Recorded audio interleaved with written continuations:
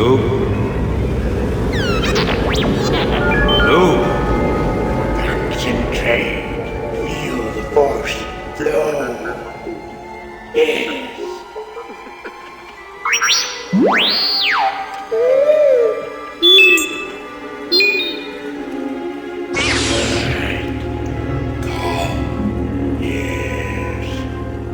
Through the force, things you will see, other places, the future, the past, old friends long gone.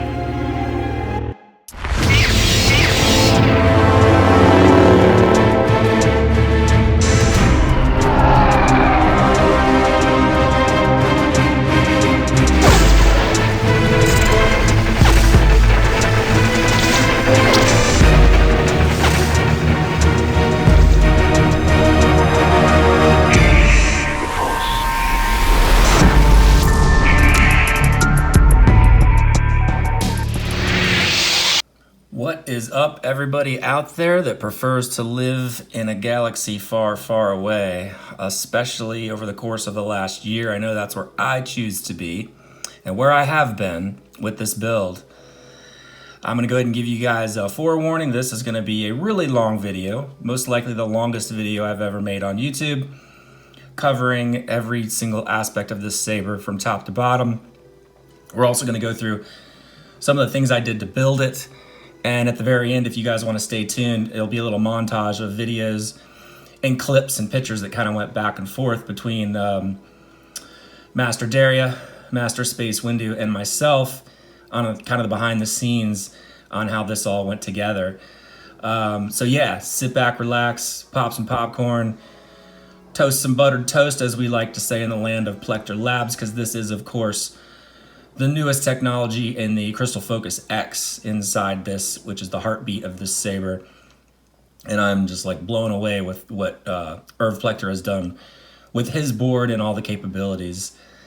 So yeah, I'll go into a little bit of history on this build. Just over a year ago, Space Windu contacted me and said he had a pretty challenging build coming up. A buddy of his is now a buddy of mine, very cool guy, Master Daria, who lives out in the Philippines, contacted Space quite a while ago and said, I'd really like to try to figure out how to convert this Saberkraft big boy to NeoPixel.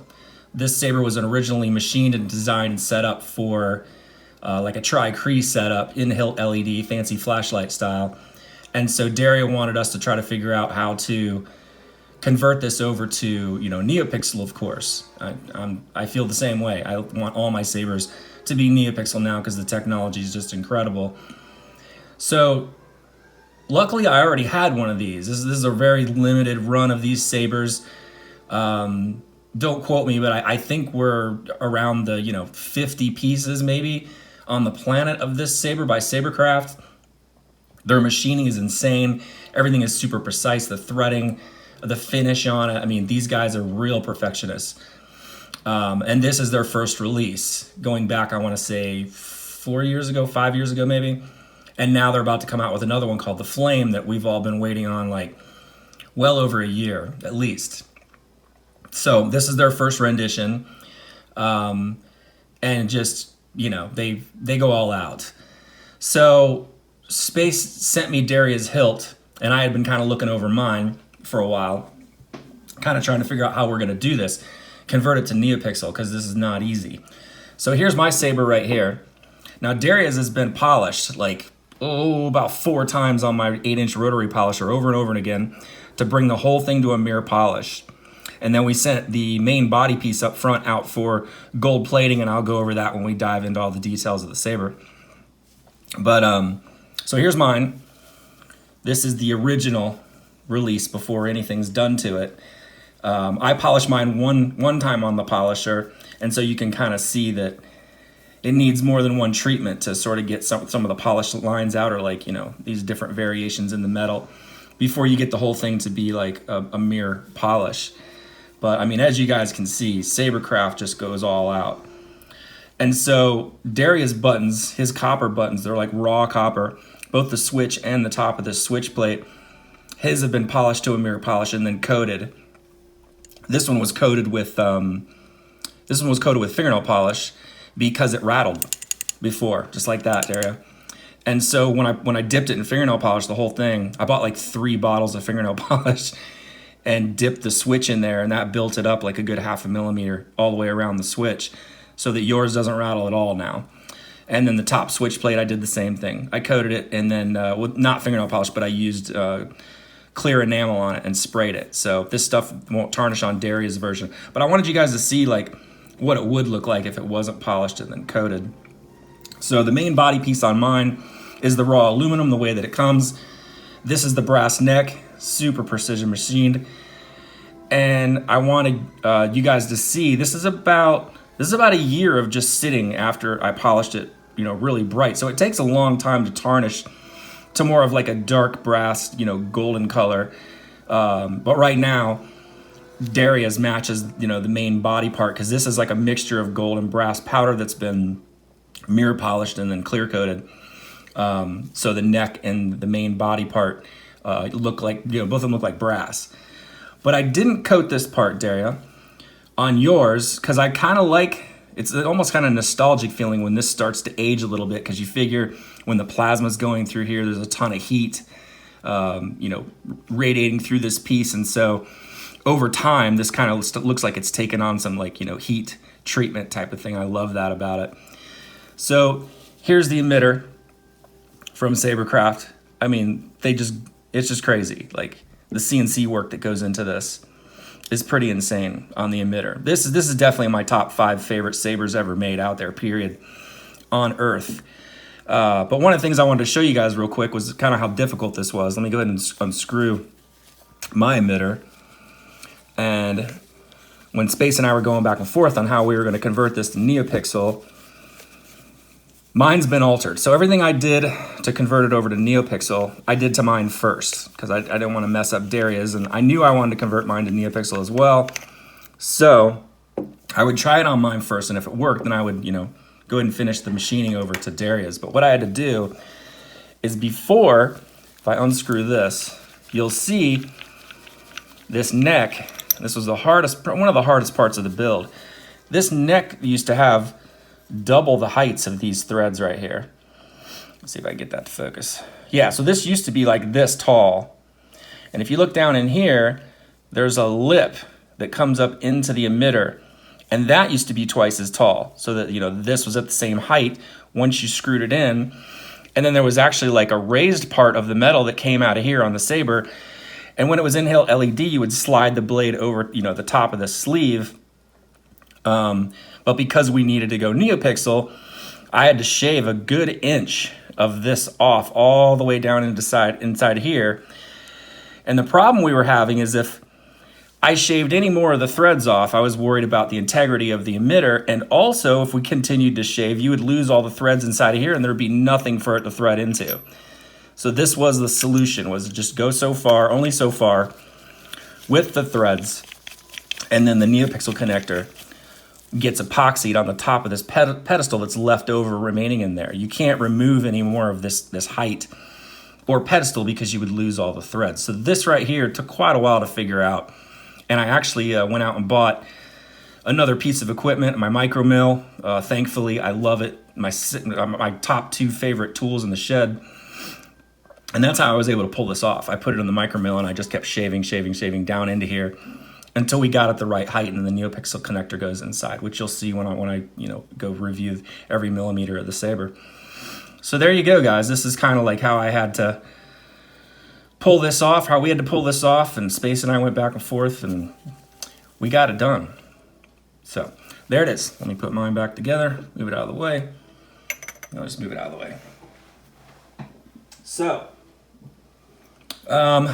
first off, before I get going, I got to give some special mentions out to, first and foremost, Space Windu, because he was the one that brought me this Saber to build. I've always wanted to do one. I hadn't done mine yet. And so, thanks, Space. This was a huge opportunity to kind of collaborate with you once again and meet Daria and, you know, make a Saber friend through Daria, and Daria's great. And then, of course, Plecter, because this board just keeps wowing me over and over and over again. And then one of the cool things that came out of this build as far as, you know, Irv and Plecter Labs is concerned, is I got so inspired by like this build and what this card can do that I decided to go in and take the original 12, you know, the original 12 legacy fonts from the Crystal Focus, and I converted them all to Smoothswing.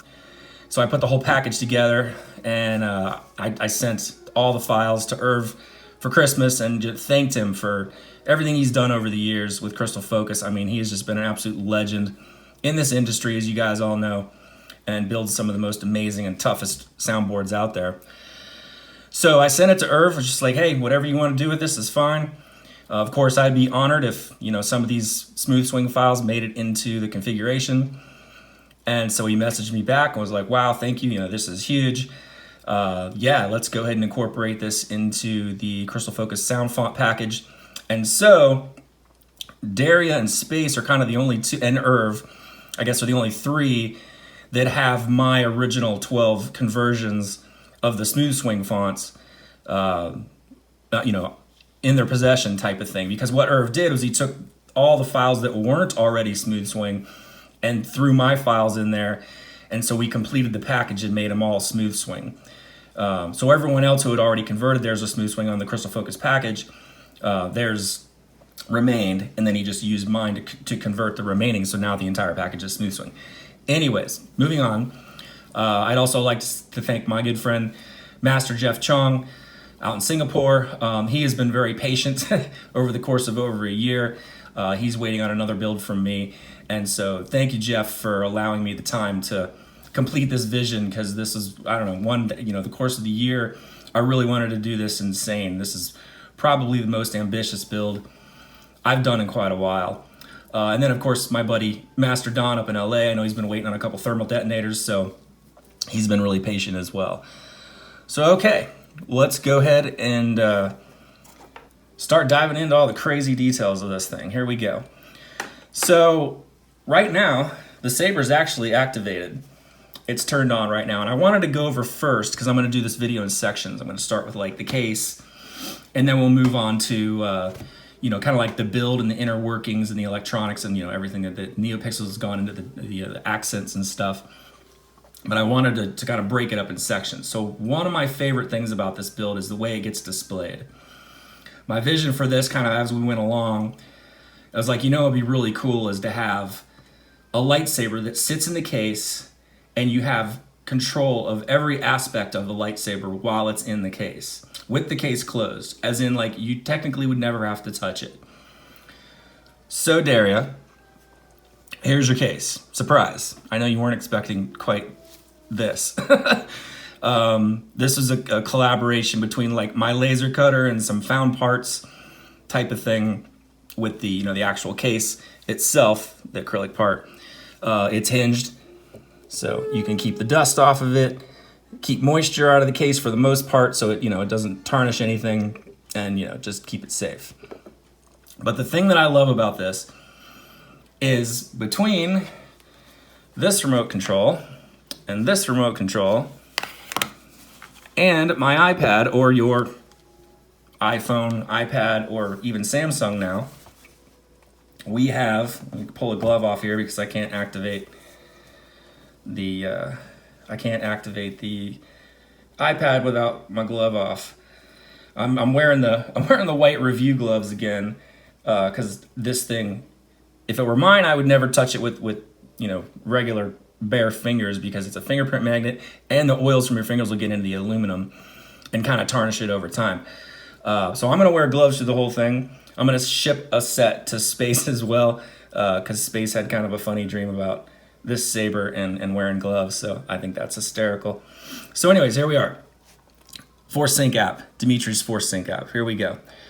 It is now being controlled. It's currently activated. I'm gonna move this off screen, and just, guys, you know that I'm controlling with the iPad. So right now it's activated. I can deactivate it. There. Right now, before I put the Saber on the stand and plugged it into power, this first light was flashing. You've got 3 LEDs in here, which were actually hand-picked when you ordered it from Saberkraft, which is really cool. You could go in and, like, tell them what 3 color LEDs you wanted in the control box right here. So when I first put it in the case and I plugged it in, this very first light was flickering really fast, which means, the battery is low to the point where you'll start to get the message, low battery or battery critical. And so it's been charging now while on the stand, and I just kind of wanted you guys to see that when the Saber's off, this is in PLI mode. And so power level indicator mode. And so as it sits on charge on the stand, these lights will slowly go up until the last one turns white, and then it's getting to be fully charged. So this is a magnetic connector right here. And when I pull it out, I'll show you guys when I open it up. But this is a magnetic connector here that constantly supplies power to the board. You can also use this same magnetic connector to connect to rice. So it will not only charge the Saber, but it will also connect to rice without having to interface with the USB board inside, because I've hacked a bridge in here to where it goes from the USB port to the inside of the Crystal Focus micro USB port. So you have rice connection as well. Now, the real fun begins on an idea that Space Windu and I were wrestling with for a long time, and this is one of my favorite things about the Saber. This is the crystal chamber. It is removable with a magnetic system, super huge neodymium magnets on the bottom and inside the Saber that hold this inside of there.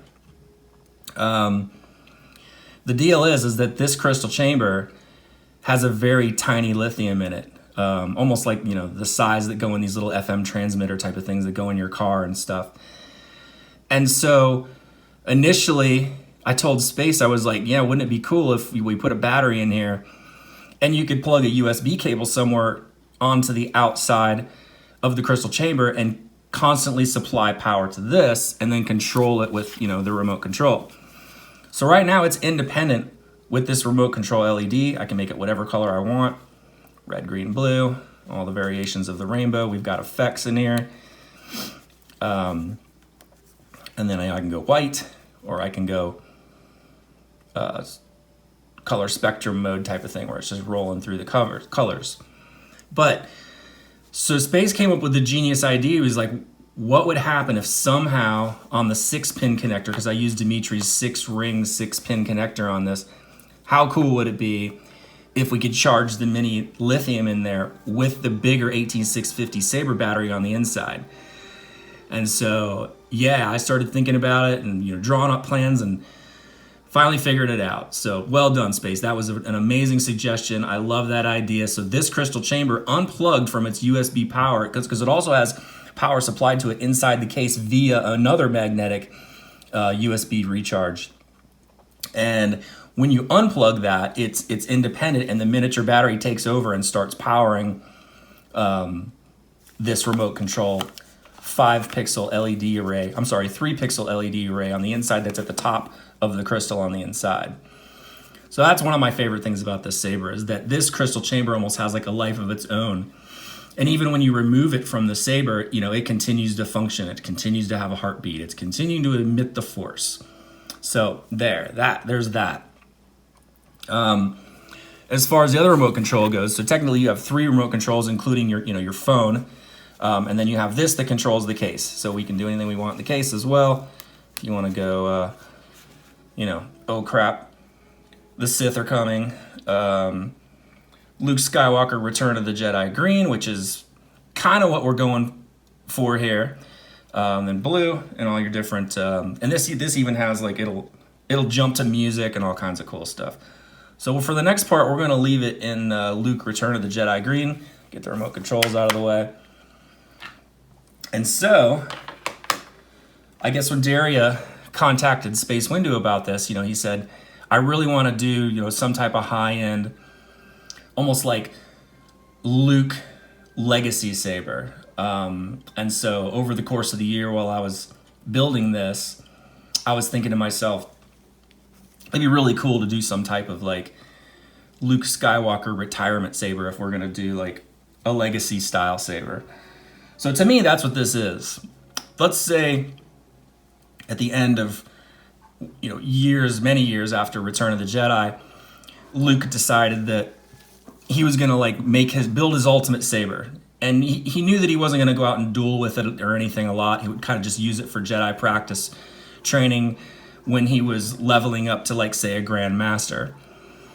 So one of the things I like to believe about these lightsabers is that they hold memories. I think a lot of us have kind of like thought about that and researched it. And I feel that that's true, that these kyber crystals hold memories and force energy. And so, you know, when Luke was in his retirement mode and he was building this saber, he went with a clear, pure white crystal because he wanted this saber to be able to remember everything about its past and its history, even including some of the moments of dark side that he went through, where he was being pulled to the dark side.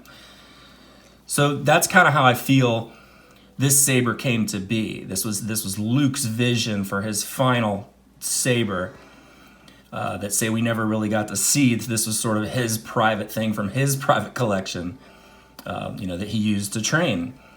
But then pulled out, like if he knew he was going to go into battle, he pulled out, you know, the V2 lightsaber from Return of the Jedi. So, with that said, yeah, this is his retirement saber. There you go. That's about all I can say about that. So, let's see. Let's go ahead and get it out of the case here. Put it all back together. I got to be super insanely careful when I do this every time because it's high mirror polished. And so to get it out of here, we lift the lid. We are going to remove the front half first because that makes it easier when you're pulling the back half out. So we're going to go ahead and carefully remove the front half. Just lift straight up on the front part like this. Pull it out. Set it off to the side. Okay. And then the next part, we're going to unplug the power plug here, just like this. It's magnetic, so all you do is just lift it up and it moves out of the way. Just like that. Okay, we'll pick up the saber, nice and gently. And then we're gonna set that right here. And then next, we'll pull out the pommel, put that on the end, and then we'll pull out the crystal chamber. And this also has a magnetic connector on the back of it, Daria. So all you have to do is just kind of put your fingers on the top of this track right here. See this acrylic track? And then we're gonna pull up and it will just magnetically unplug. And there you can see the plug that's left over that charges it. So the deal with this case, another aspect of this case, is that this is like an acrylic U-channel track. And what I've done is cut U-channel holes that are exactly the same size into these acrylic cradles. And so whatever configuration you want to set the saber up in, whether it's reveal mode or otherwise, you can slide these baffles left to right inside the case to set it up exactly, you know, how you want it displayed. Reveal or completely assembled, these cradles will support it in any configuration by sliding around. So there's that. So here's the crystal chamber. This is it, basically having a life of its own. But hey, since we're in Return of the Jedi mode,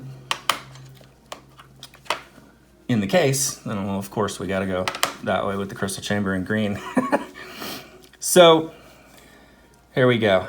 Here's your magnetic plug. This plugs into the USB port on the inside of the crystal chamber and supplies constant power to it while it's sitting inside the case, so you can control it, you know, via the remote control. It will never run out of power. To install it in the saber, though, you're gonna want to unplug this with your fingers, just like that, and then, you know, set it off to the side.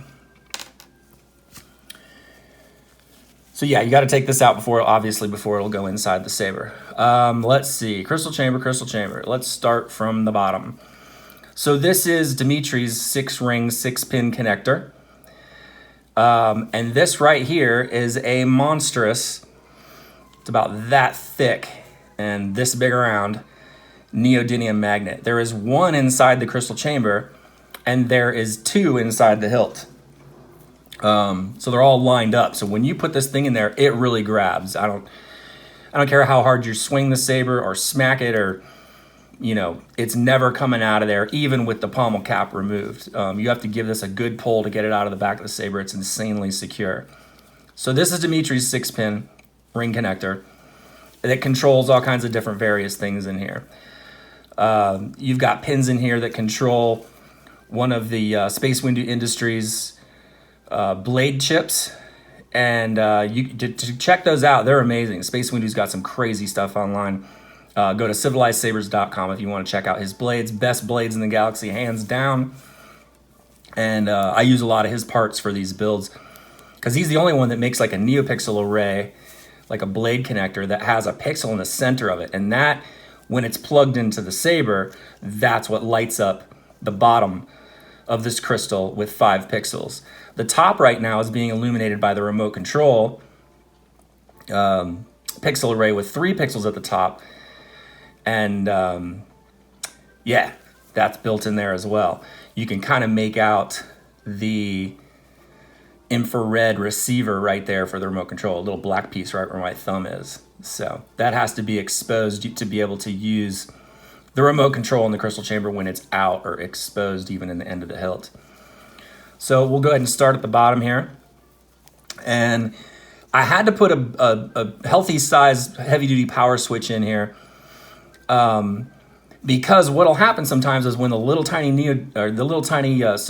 lithium battery will die in here, sometimes it'll glitch out this chip. It's just a digital thing where it kind of weirds out and it'll stop responding to the remote control. Sometimes it won't turn on. And so all you have to do to reset it is just flick this switch off, turn it back on, and then it's going to go into RGB mode, letting you know it's ready to receive RGB commands. So we'll go back to Luke Skywalker green again.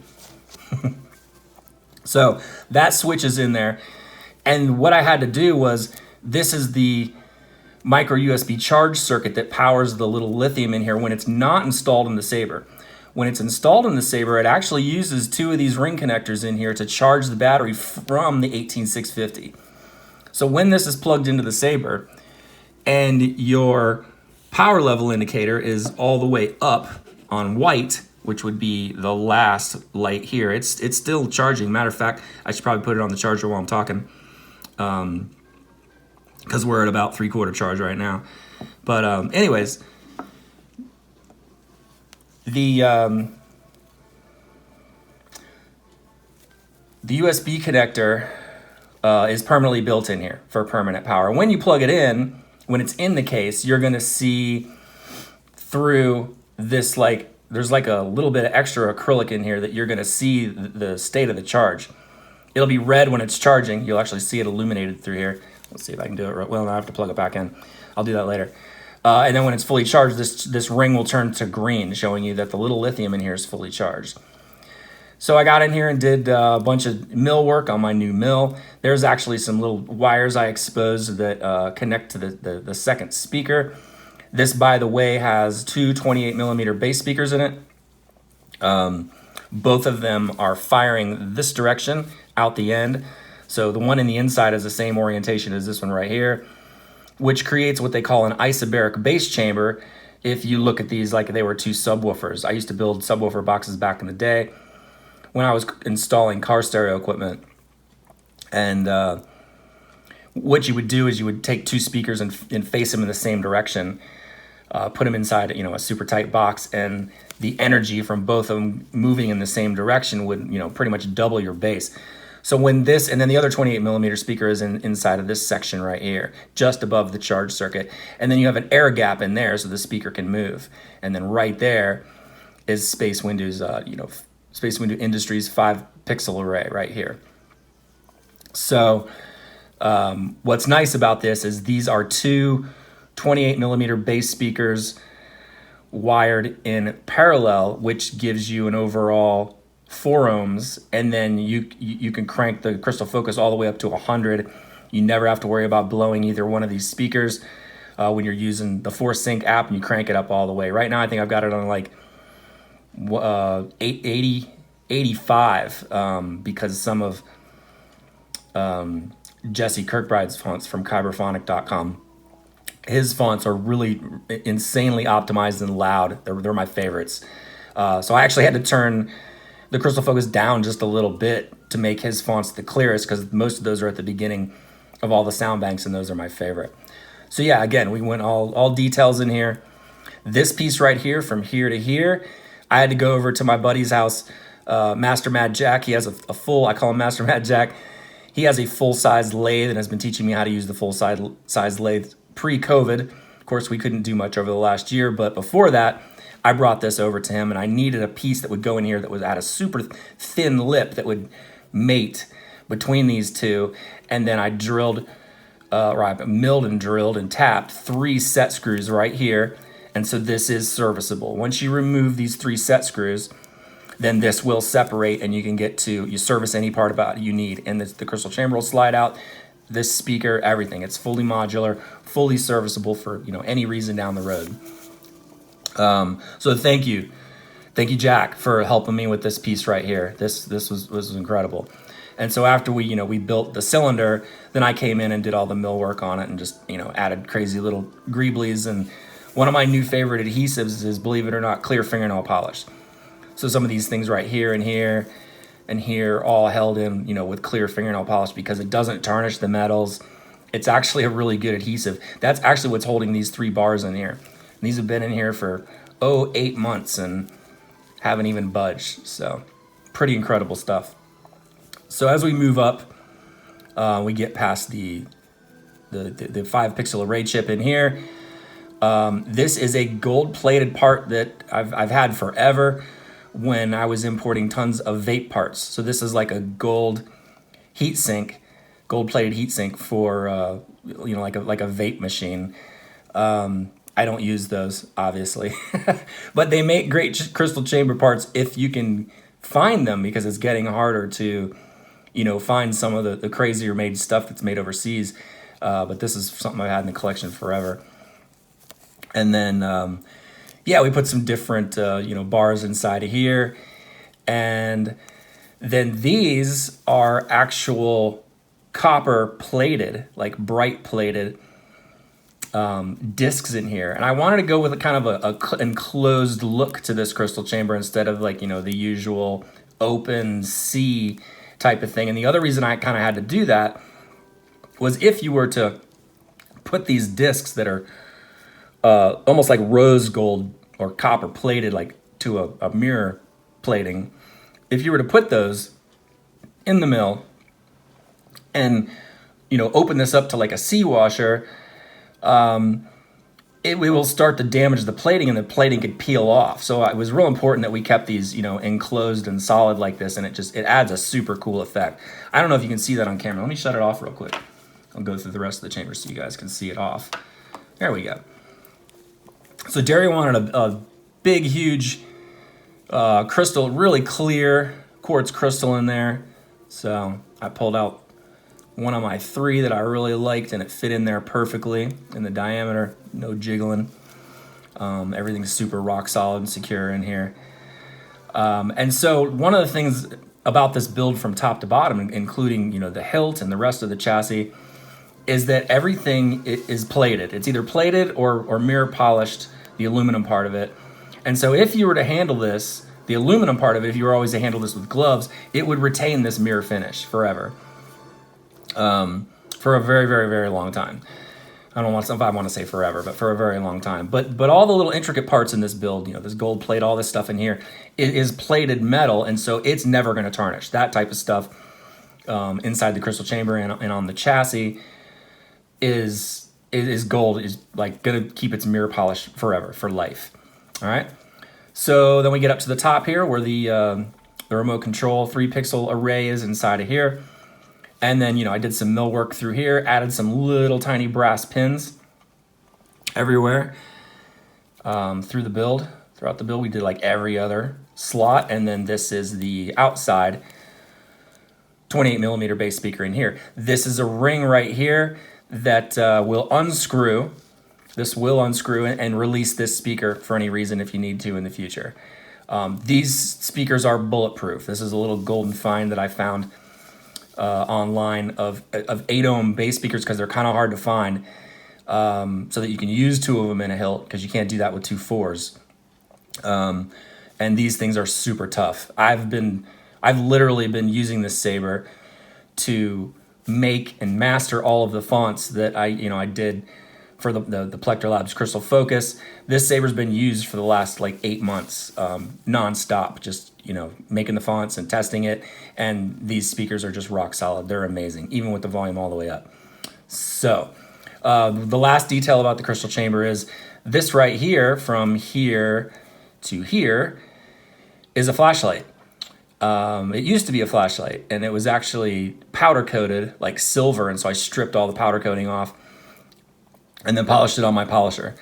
So it's kind of an interesting story there with the, you know, I like to use flashlight parts every once in a while when they, you know, when I can, because they're just easy.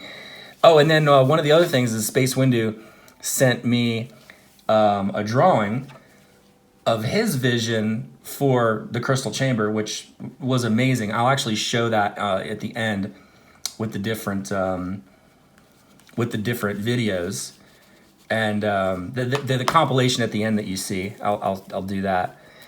And so Space Windu sent me a drawing, and all right, there we go. I was trying to get it to go blue. Sweet.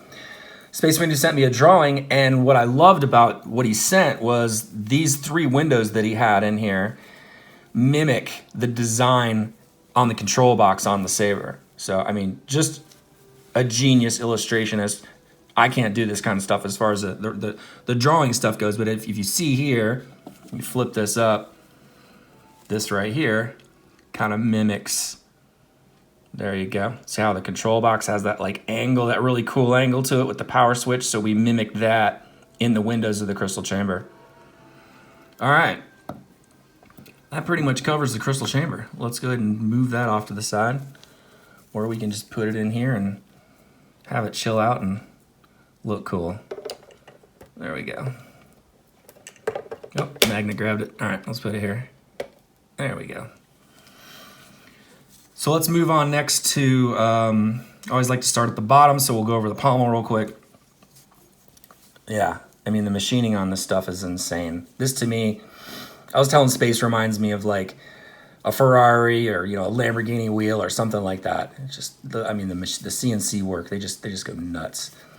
And so, of course, I put this on the polisher and mirrored up all the cubes. Mirrored these up as best as I can. There were some, you know, machining lines in there, and so when you polish stuff, it kind of exposes those things.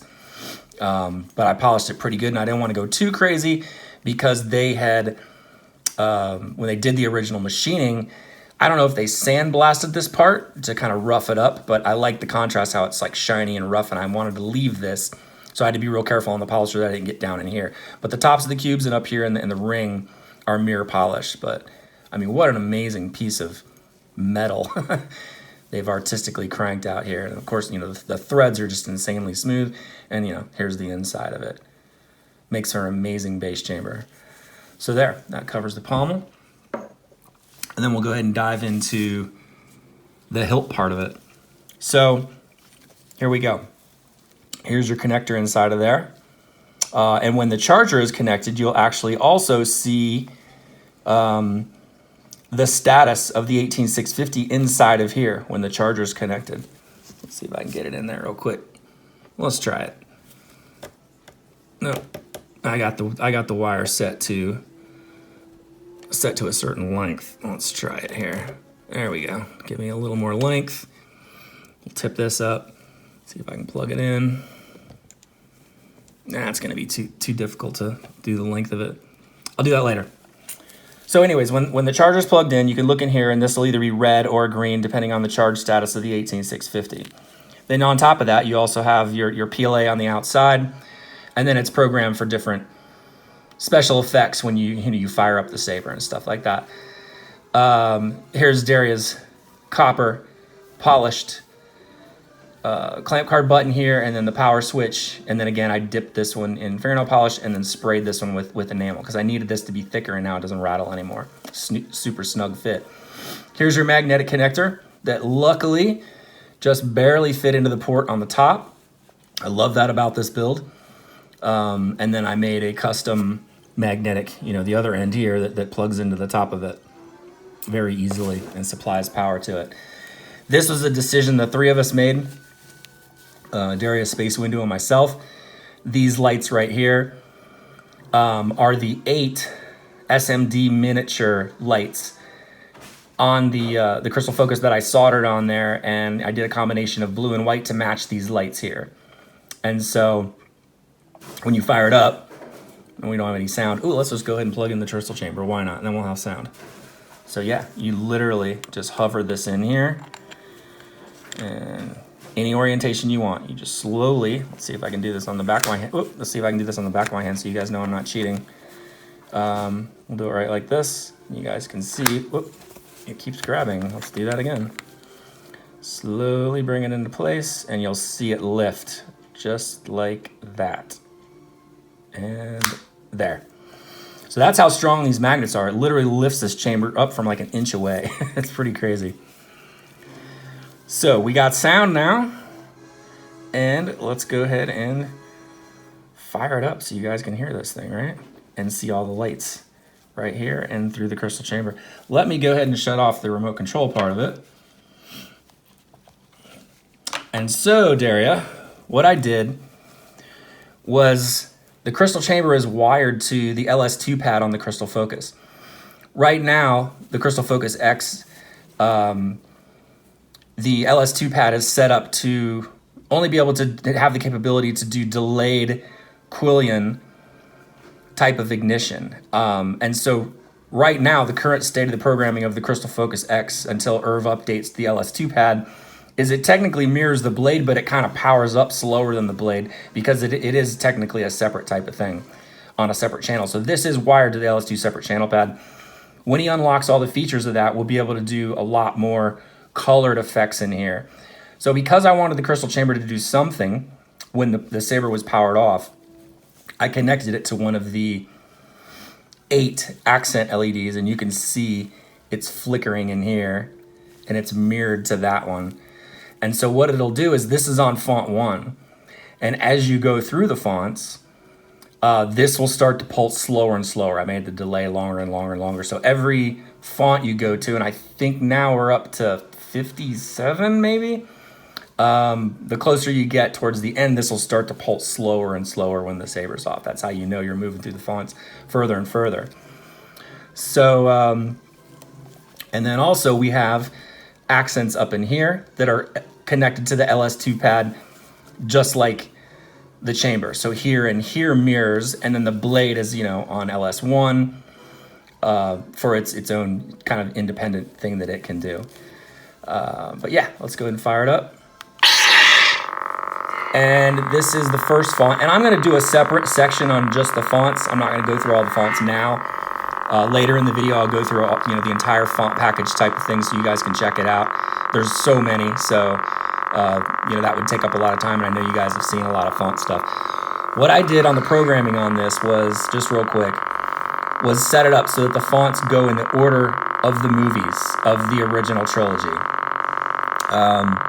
So this very first font is like a Tuscan Raider font by Jesse Kirkbride at Kyberfont.com. A really cool font, amazing. So, of course, Smoothswing. There's your dual 28s.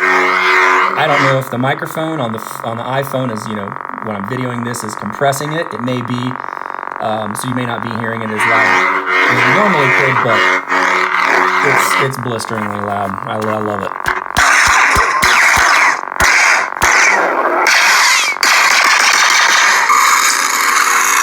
So yeah, Crystal Chamber has all of these lock-up effects built in.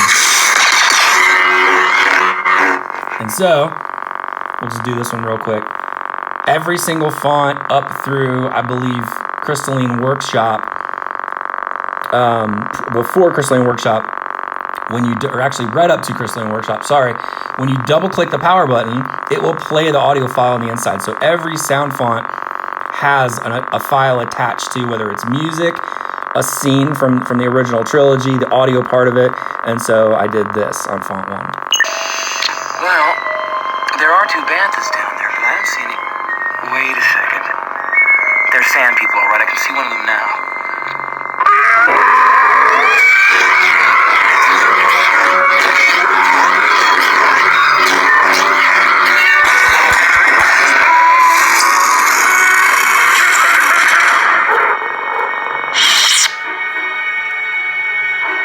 So, Soundbank Selection. What's wrong with the map? There are several creatures approaching from the southeast. so this is also the background music that I programmed in for Luke Legacy. It had to be in there, right? It's the whole Luke Skywalker piece from John Williams. So there's your selection music. Again, I said I wasn't going to go over the fonts, but here I am going into a little bit of detail. So let's go ahead and select that font and go over the rest of the Saber. So, again, PLI effects here, all kinds of various combinations here on your 8 illuminated LEDs that shine through. What happened was, originally I thought I was going to just kind of watch them through there, And so I messaged Daria and Space and was like, how do you guys feel about adding some little extra holes in here to, show off these 8 SMD LEDs inside of there? And so that's how that idea came to be. What's kind of cool about it is that when you put the main body piece on, here, and you screw it on, those holes disappear. They're no longer visible, which I really like about that. So it kind of looks like, almost like the stock Saberkraft Big Boy or Luke Legacy Original Vision. Your crystal focus is under here. From here, there's your 8 LEDs, and it's in backwards. And normally, the cards go into where the SD access is on the back, and so here's your SD card access here. You kind of just have to flick this to get it to pop all the way out. If you just push it and let go of it, it'll come up about halfway, and it's kind of difficult to get out unless then you push it back in again.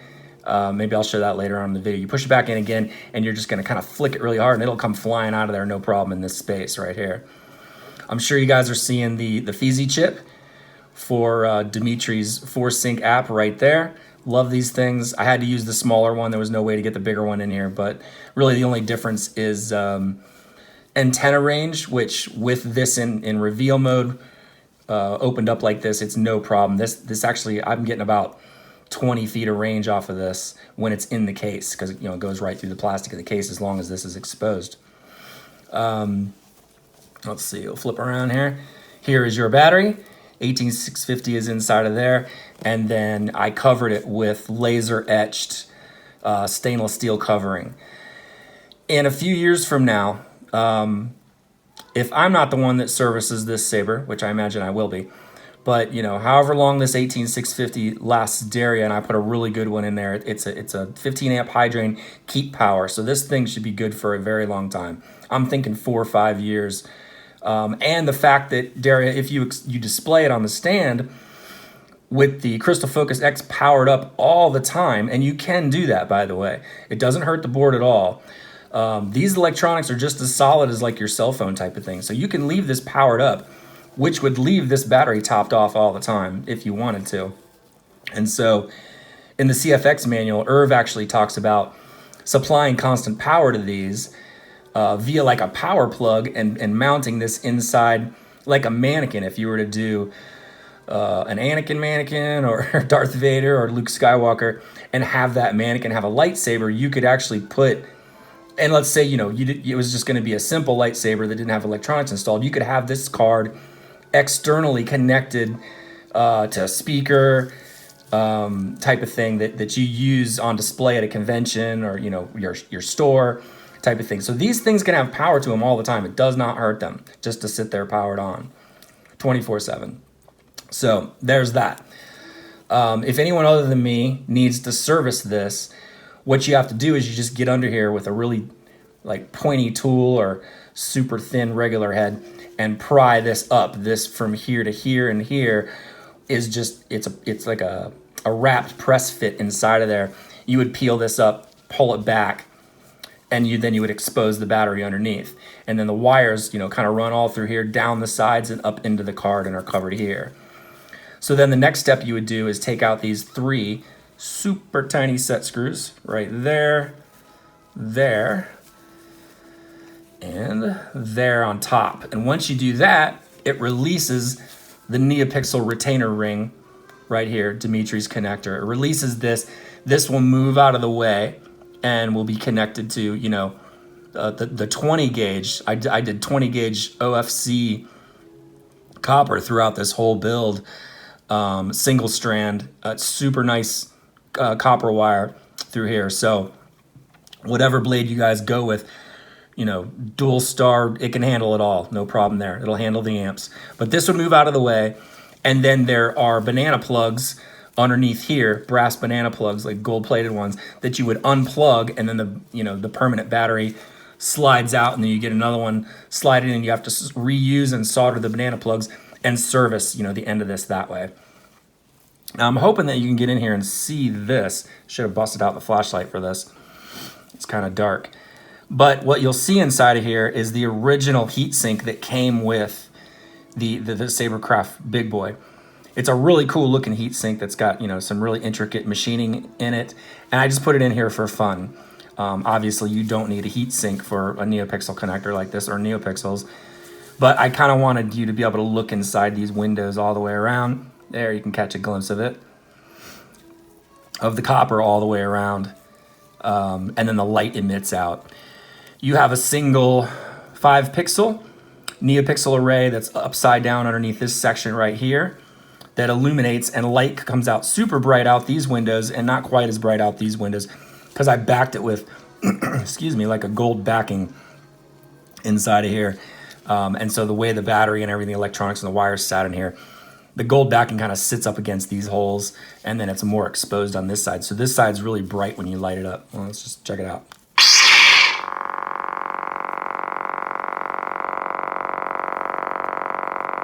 And then on the other side, you'll notice that that gold backing that keeps you from being able to see the battery and stuff is kind of pressed up against the holes. So in darkness, it does illuminate. It's just really not quite as bright as the other side. And then you've got your effects.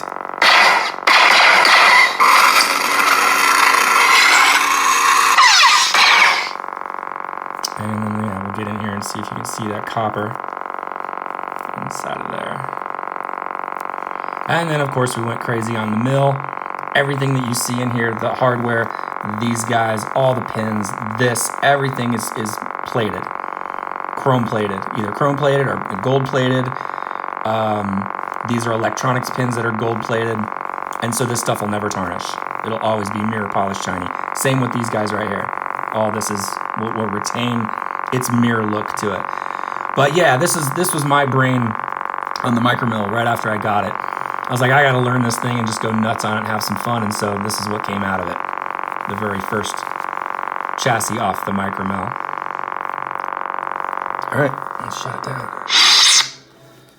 I think that pretty much covers it on the main body. I can't think of anything else. Oh, you gotta check out Saberkraft's,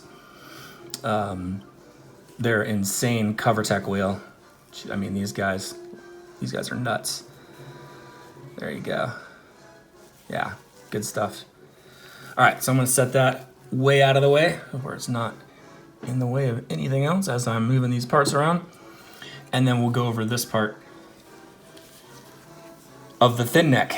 So this is the main body piece.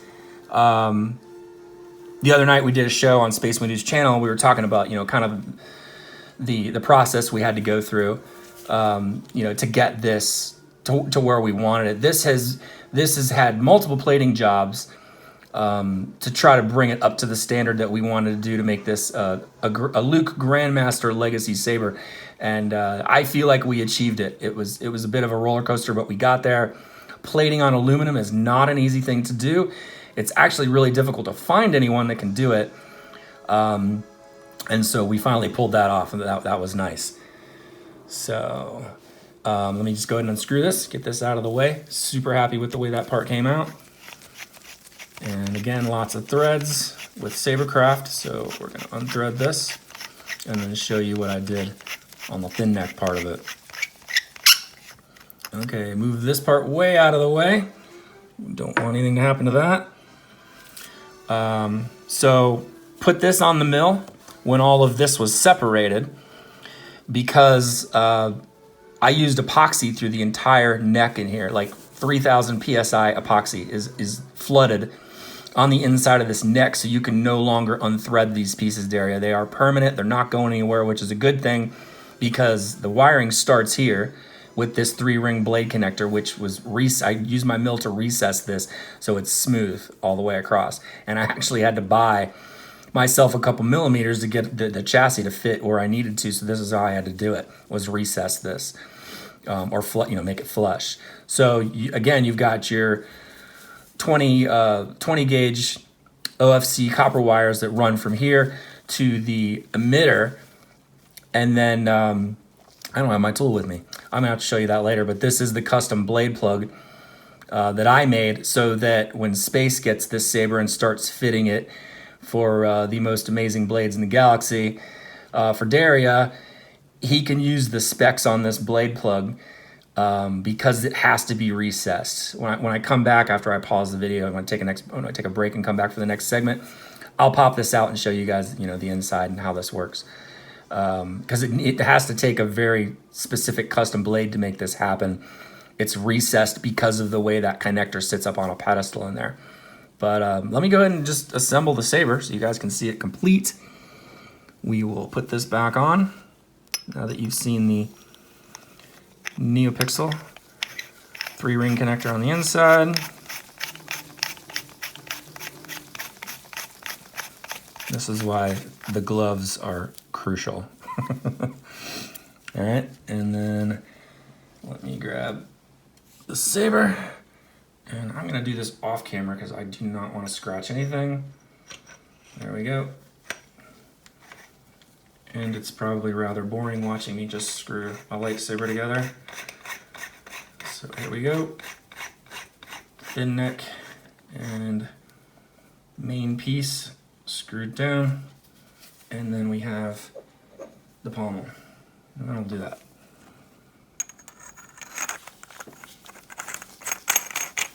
Super smooth. These guys are thread masters. So there she is in all of her glory. Yeah. Luke had some fun in his cave or wherever the heck he built this thing. I don't know. Putting this together.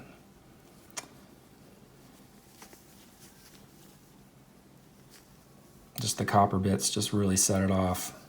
They just had a great vision, and well done, Space and Daria, on wanting to gold plate the front half of it, because that just makes it legendary.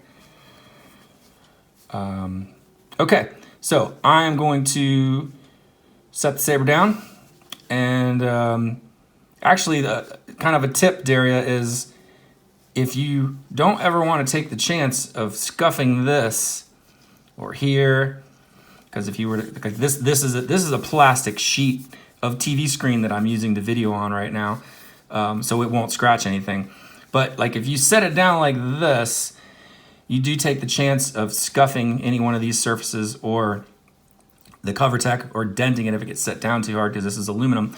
So what I like to do every time I set it down, so I know that it's not going to mar any other surfaces, I'll actually set it on the control box just like this. And so it sits, move it back a little bit so you can see, it sits kind of on the front side of the control box right there, and then on the tip of the emitter.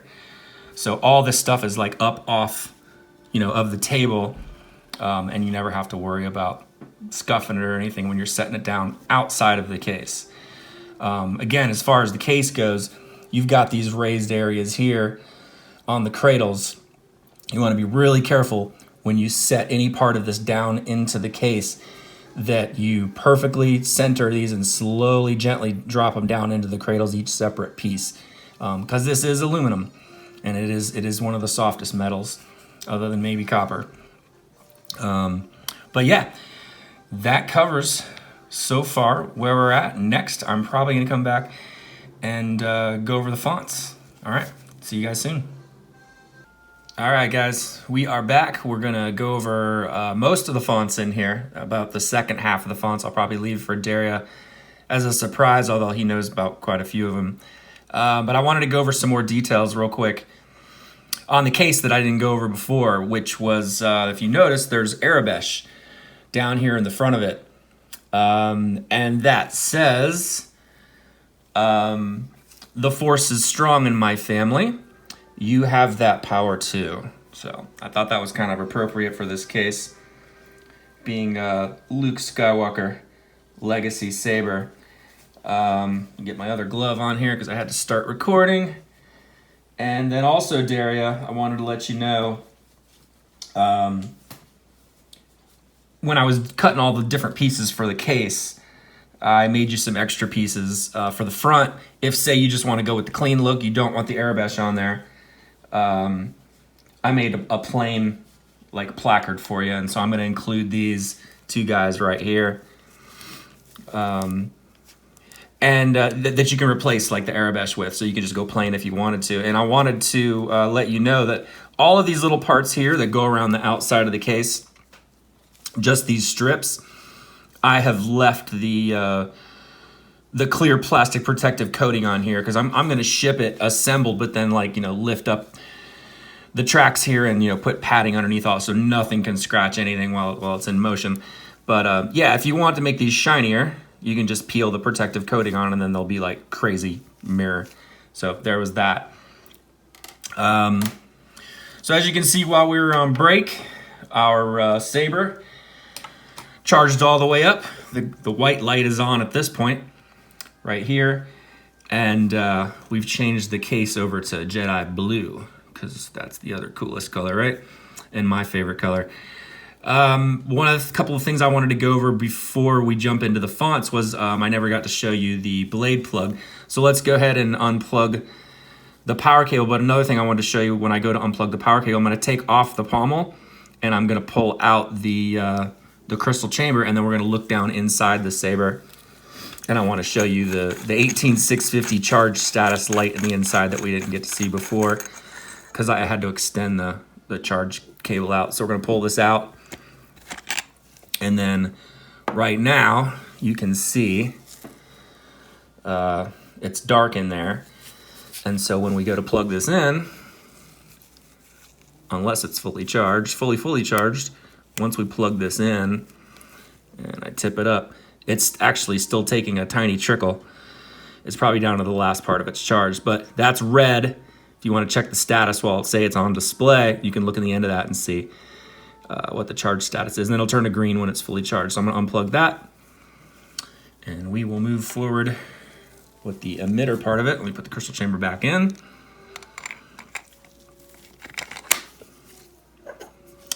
And I'm going to leave the pommel off because I personally love the way the Saber sounds with the pommel off, because you've got one speaker radiating out here and then the inside speaker radiates out these three holes, and this is when the Saber really shines. Like, it's crazy loud in this mode.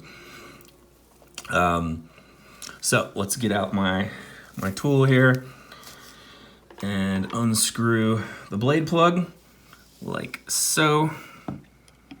You guys can see down in the emitter, there's one set screw, the other set screw, and you'll see the blade plug probably spring out when I do this. Yep. All right, pop that out. And so this is the custom aluminum blade plug that I made for it. Space Window Industries chip inside, so it's got 5 pixels on the inside, makes this thing silly bright, which is awesome. Put this on the micro mill. It's an aluminum plate that I mirror polished. Put it on the micro mill, made a bunch of holes, and then put like a gold plated piece in the middle. So let's fire up the Saber so you guys can see it. We will actually advance to the next font because you guys have already seen the first font. Soundbank Selection. What's wrong with him? What a piece of junk! So now we're starting to move through the movie themes. Next, we are about to get on the Millennium Falcon. And so this is a good font for showing off like the blade and or the blade plug type of thing. And I'm just going to hold it into place so you guys can watch it. But here we go. This is the Jesse Kirkbride's font called Piece of Junk. The first font was, by the way, another Jesse Kirkbride font on kyberphonic.com. Called Tuscan Terminator, and that was the first font. Second font is Piece of Junk, so that's why we got Luke in there, and let's fire it up. And I just want to show you guys kind of the cool different blade effects you can do on the Cfx. So here we go.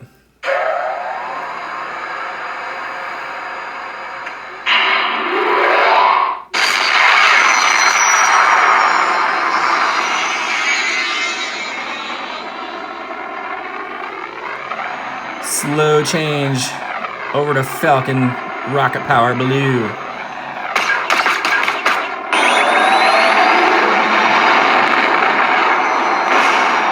All right. In reverse.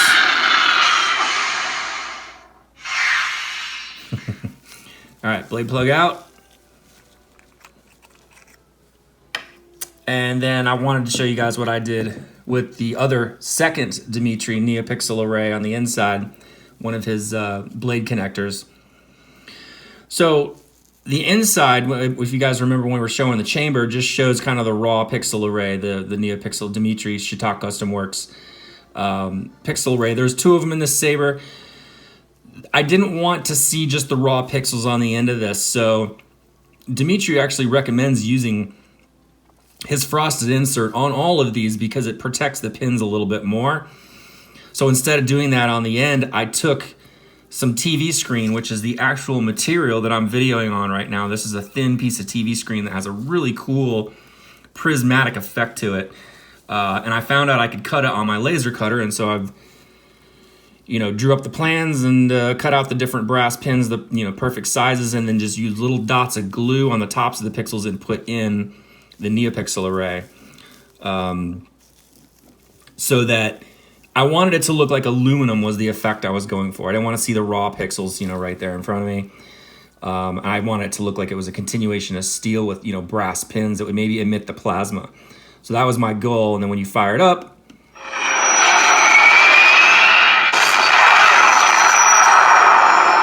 you can actually make out the individual pixels when it's ignited, but when it's out, I love that effect.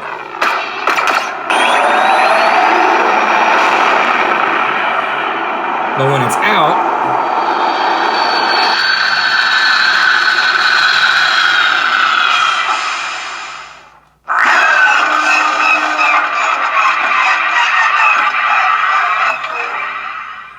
it actually looks like, we're back to like an aluminum insert. So mission accomplished. I'm really happy with the way that came out. So yeah, again, here we go. We're in A New Hope. We're on the Falcon, Font 2. And then Jesse Kirkbride has put a couple of like, the Falcon pieces of music in here and stuff. Let me move this case back this time while we're doing this, because we're going to be swinging some stuff around. So let's just do that. If you guys remember the Sidious video, haha. So we're about to get on the Falcon, piece of junk. Here we go. This font's just, I love it. Yeah, ever since like the spaceship fonts came out. What's funny about this is like I had an idea eons ago where I wanted to do like a spaceship font, and I had all the sound fonts for Millennium Falcon, X-Wing, and TIE Fighter. Well, Rob came out with his TIE Fighter, Rob Petcow, and then Jesse Kyberphonic came out with the Millennium Falcon one. I was like, oh, I better hurry and make one here soon. So that's another secret for Daria we're about to get to pretty fast. But I love these ship fonts. I think these are really cool, really creative. So here we go, Millennium Falcon.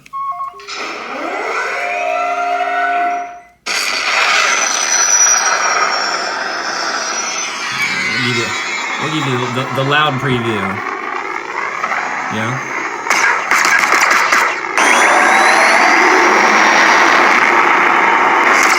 For Smoothswing.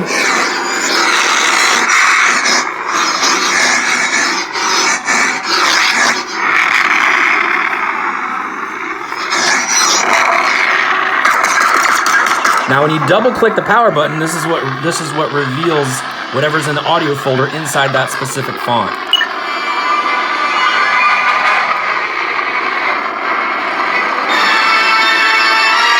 One of my other favorite scenes.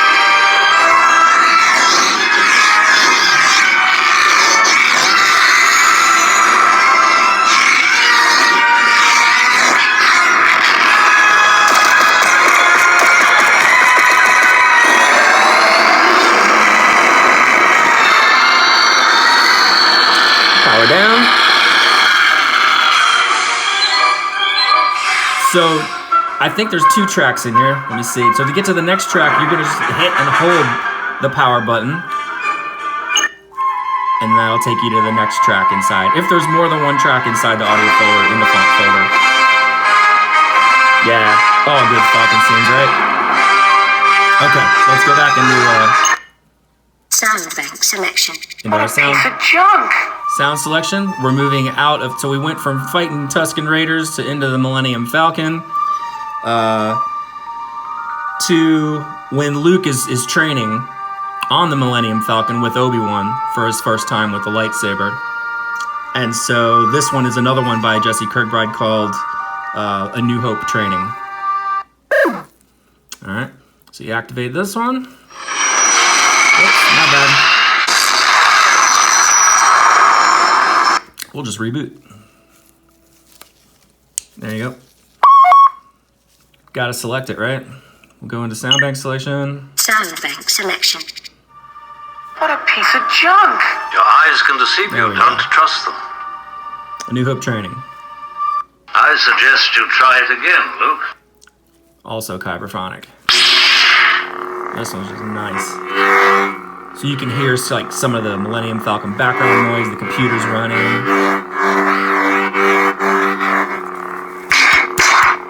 And then there's like the training remote.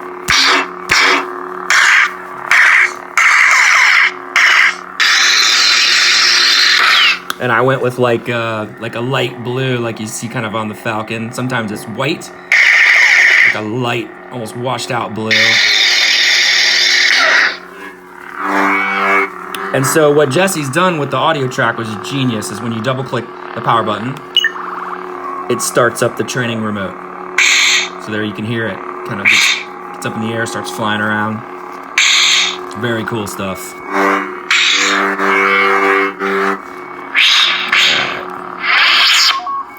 Next font.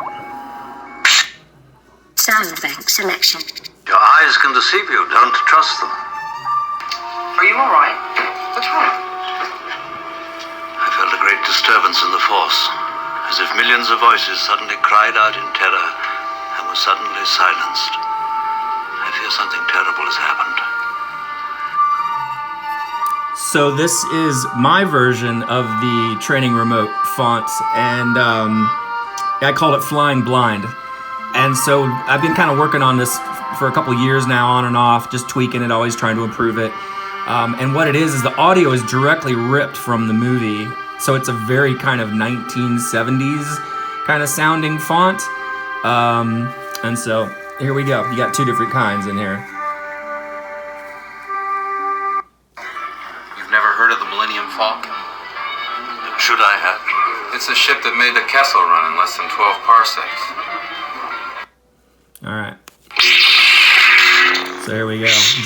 Ripped directly from the audio, so it's crazy. It sounds just like it, like nostalgic wise.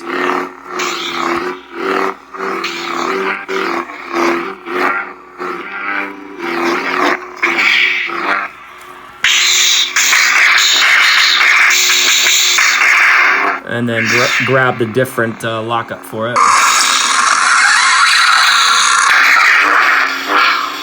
There, you're getting hit with the blaster bolts from the training remote, and then double tap.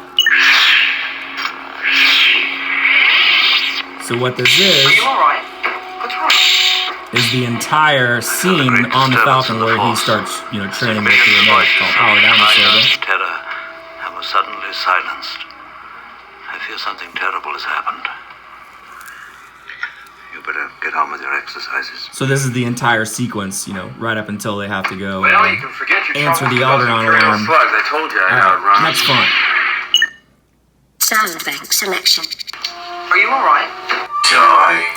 Next up is Rob Petcow's Mad Cow's TIE Fighter, or TIE. I love this. This is another one of the ship fonts that to me is just absolutely incredible.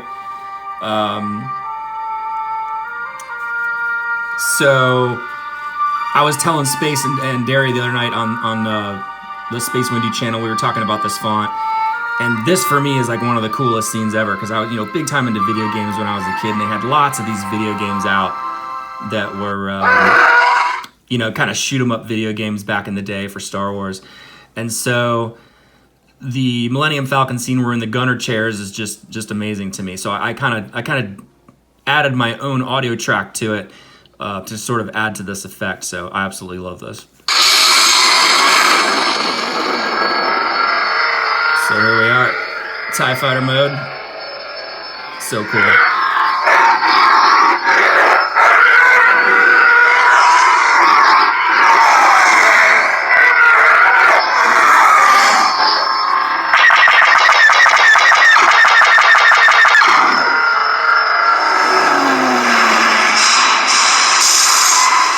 Hold on a second. I'm getting a low battery mode on my video recording device. So hold on just a second. I may have to pause.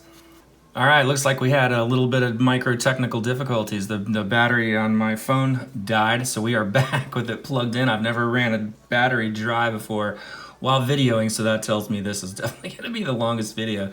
So that's a good thing, right? For all the hardcore Saber people that are gonna stay in here the whole time. All right. So, we're back. Let's kick this on. We were at TIE, and we were talking about how one of my favorite scenes as a child was, you know, the whole shoot down the TIE fighters and the gunner chair thing on the Millennium Falcon. So let's do this. All right. So it wouldn't be complete with some battle music, right?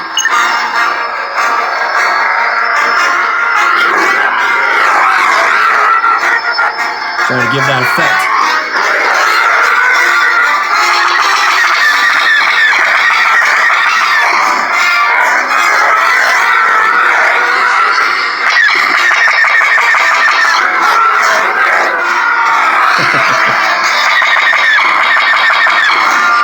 Yeah.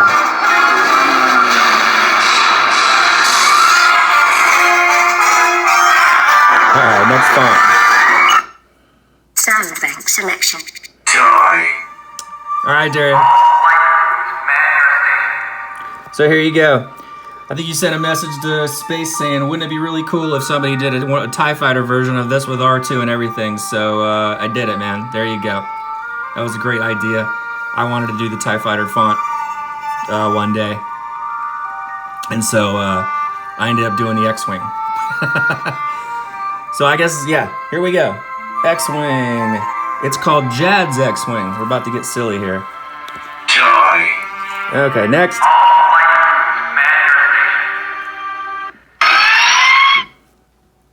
You wouldn't want my life to get boring, would you?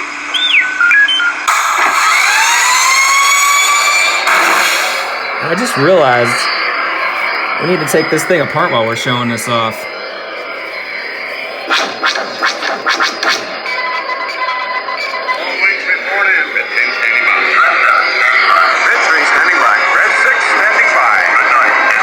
I'll do that after this fight.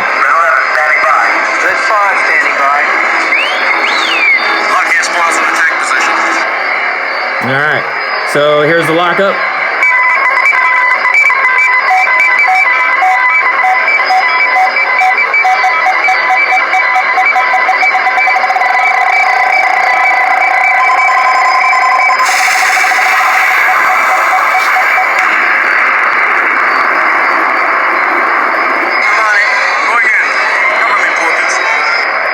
And then you've got post lockups all the time, so. This is it. Stay back far enough to cover you. I spoke to you in the tower, but I can't see the exhaust port. Sure, the computer can hit it.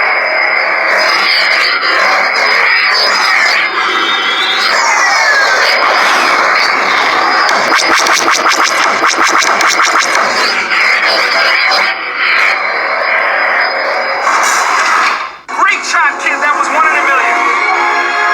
Remember, the Force will be with you, always.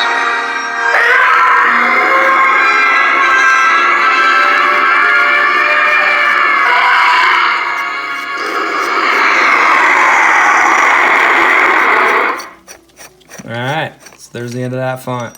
Well, let's take this apart so we can see all the Christmas tree lights on the inside while we're doing these fonts. Here we go. Up next. Of course, that was the final scene in New Hope, so we're going to move on to The Empire Strikes Back. So here we are on Hoth. Soundbank Selection. One of my all-time favorite fonts by Mad Cow. He just nailed it on Hoth. So I actually moved this forward out of the original 12 Crystal Focus fonts and moved it up front so it's in order of the movies. I'm sure you guys have heard this a bunch of times, so I only did one variation on it, so here we go.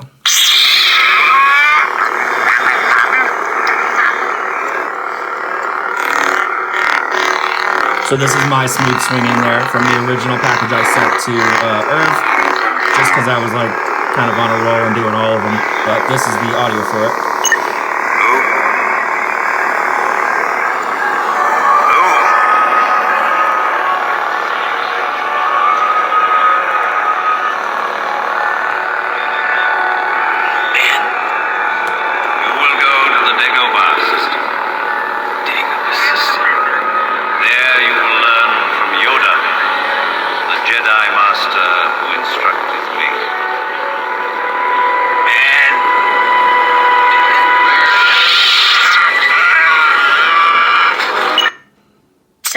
Selection. So there's Hoth. Up next, another Jesse Kirkbride called Little Green Friend. Here is the path to the dark side. I want to learn the ways of the Force and become a Jedi like my father. There we go. Nice Yoda green.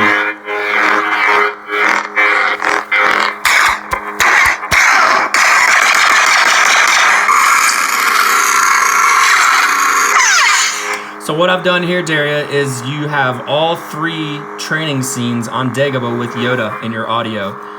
So double click your power. We'll never get it out now. So certain you. Always with you what cannot be done. Do you nothing that I say? Master, moving stones around is one thing. This is totally different. My favorite. No different. Only different in your mind. You must unlearn what you have learned. All right, I'll give it a try. No. Try not. Do. Or do not. There is no try. So to advance to the next training scene, you're going to click and hold. Okay, and there's 3 of them. So, next font. Soundbank Selection. Here is the path to the dark side. Next font is ESB Graphics, also by Jesse Kirkbride, because they're just all amazing. The Force is with you, young Skywalker. But you are not a Jedi yet.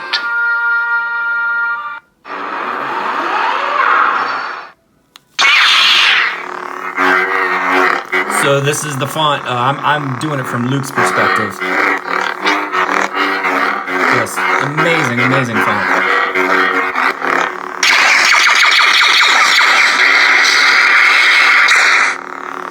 Double click. So this is the entire fight scene in here as well.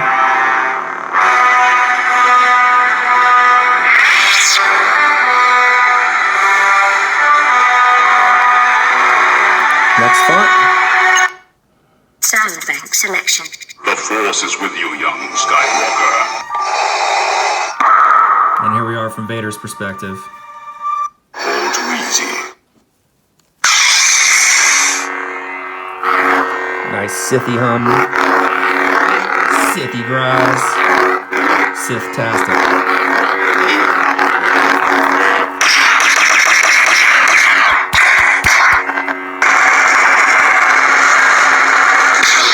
Double click. But of course, right? And it also has the scene from that part of the movie in there as well on the next track.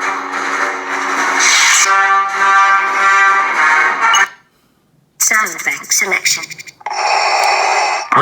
This is Luke, ROTJ. I am a Jedi, like my father before me.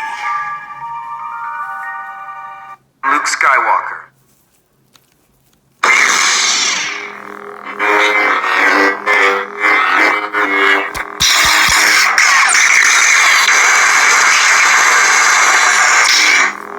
And this has the sail barge scene from Jabba's.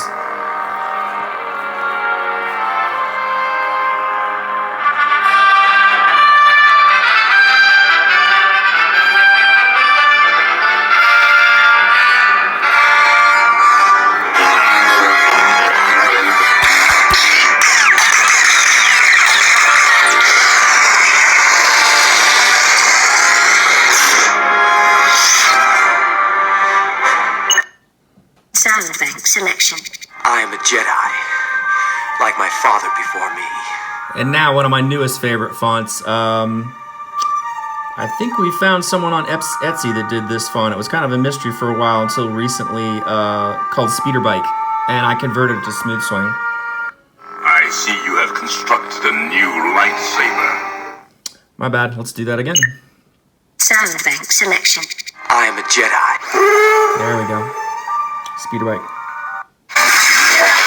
This font is insane. So loud. And so smooth.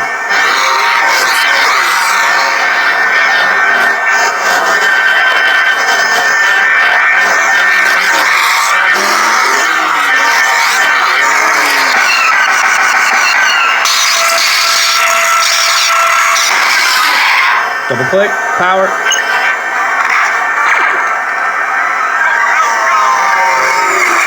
So this is the entire speeder bike scene. Luke and Leia on the speeder bikes. Yeah, buddy. All right, you get the idea. Soundbank Selection. Next one is called Knighthood by fonts by Fours. Did it again. Soundbank Selection. Force is strong in my family. There we go. You have that power too. This is a pretty cool font. This is kind of like my tribute to Leia. I kind of incorporated some Leia stuff in here. Leia's theme. Really nice Smoothswing font. Fonts by Fours.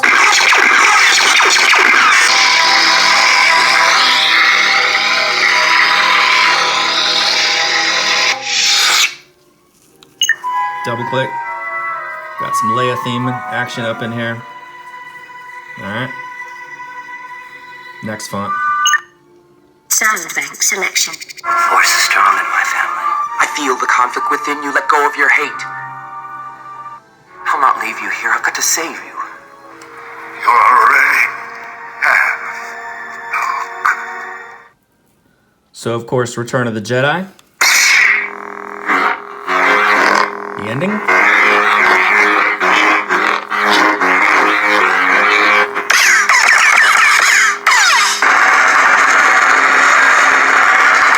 Double click.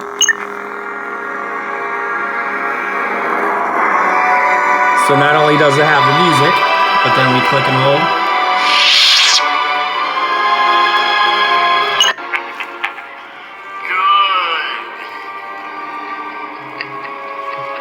So Daria, you can pretty much almost listen to, if I chained them all together, the original trilogy inside this saber. It's a ton of audio. Fulfill your destiny. Take your father's place at my side. Next font. Soundbank Selection. I feel the conflict within you. Let go of your hate.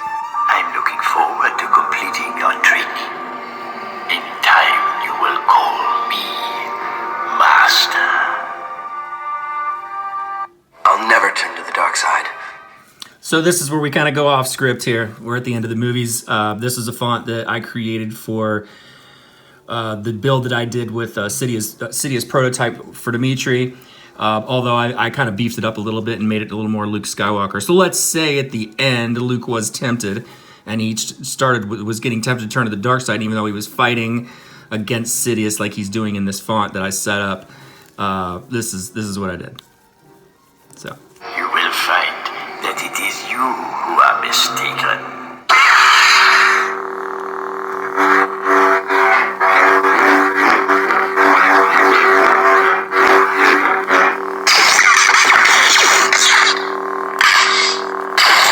Your hate has made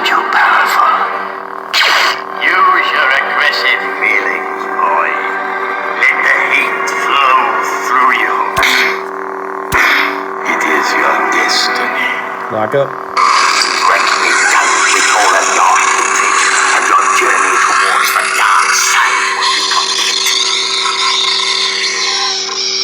So we got a little red versus blue action in there. Light side versus the dark side. Your overconfidence is your weakness. And then post lockups. I'll never join you!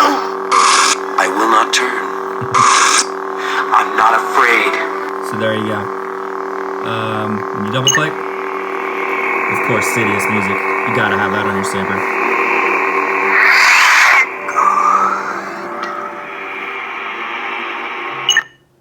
Soundbank Selection. I'm looking for Vader. Right. Now, this is a really cool font package from saberfont.com that Jesse sent to Space and I to put on this Saber. And it's pretty cool. This, if you guys are looking for a good Vader font, I would grab this. What's interesting about it is it has a huge extras folder that has samples from not only the original trilogy Vader, but also Vader from the Starkiller video game. And so they're all mixed together in the extras folder. And so I went through all of them and separated them into two different folders and made two different fonts. This is the OT Vader version when I extracted them all, and then later in the font library I did the Starkiller one. So really cool font. You don't know the power of the dark side.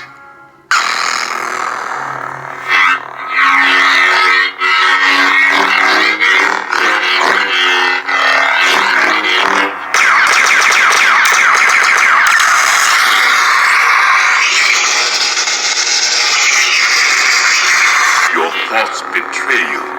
So there's just tons of preons, post-offs, pre-locks, post-locks. It's crazy. Good stuff. Double click. And of course, you know, gotta have Vader breathing on your Vader font, right?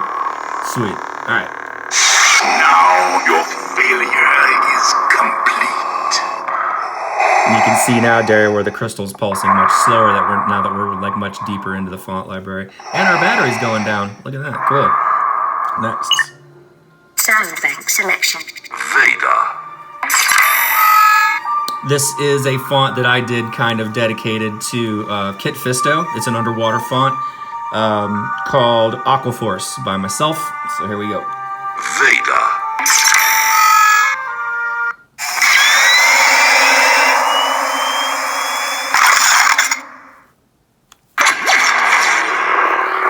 Little Kit Fisto action.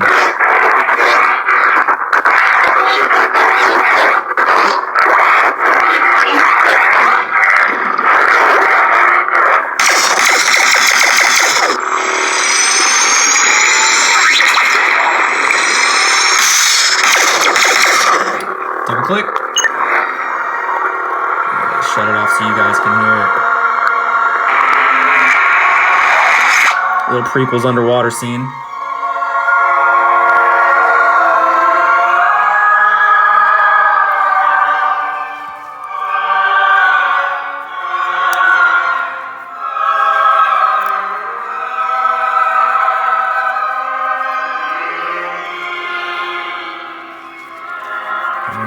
Next font. Soundbank Selection. So now we start getting into the original 12 legacy fonts on the Crystal Focus, and these are all the ones that I converted myself to Smoothswing. I'm not going to go through these because most people have heard them. Nightfall. So you got Nightfall, Crystal Focus. Crystal Focus, Nebula. Grammy. Revolt. Shadow Watch. The Force Unleashed 2. Protocol. The Old Republic. Crucible. The Old Republic. Millennium. Showtime. Youngling. This is General Kenobi. Anakin Skywalker. and so this is a font that Space wanted more or less kind of commissioned me to do this font for a future build, and here it is. You will answer my questions. By me, called Ultimate Anakin, which is a name that Space came up with. I think it's perfect for it. Here we go. You're going to pay for what you did. So, Clone Wars Anakin.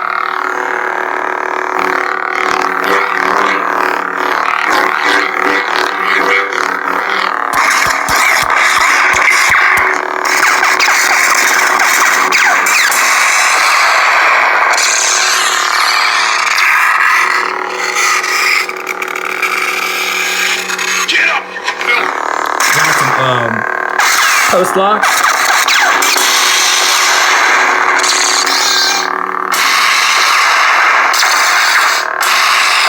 I'm afraid R3 is a little slow in the uptake.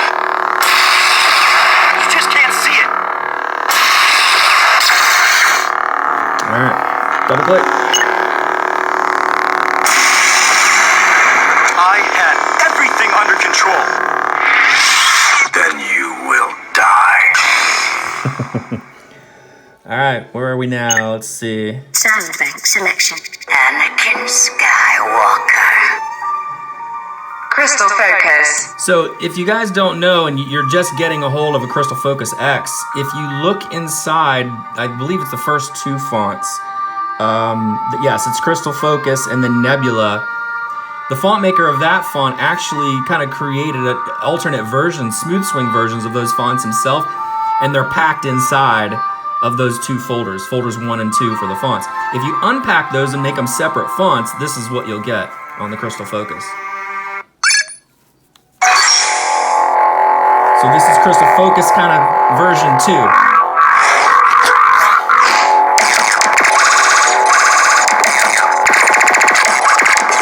Super cool blasters.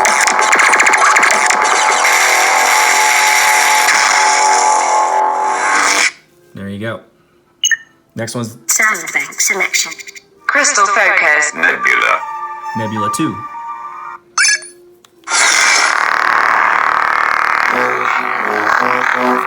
Low honey on a smooth swing. Very unique. I love it. Glasses. Glasses are awesome.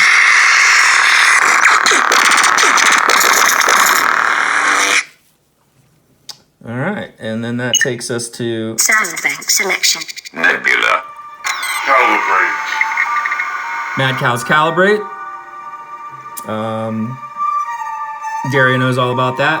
Smooth swing version of Calibrate. Let's go to Crystalline Workshop, which you guys have probably seen a bunch of times in my previous videos. Crystalline Workshop. But hey, you know, we got to show off.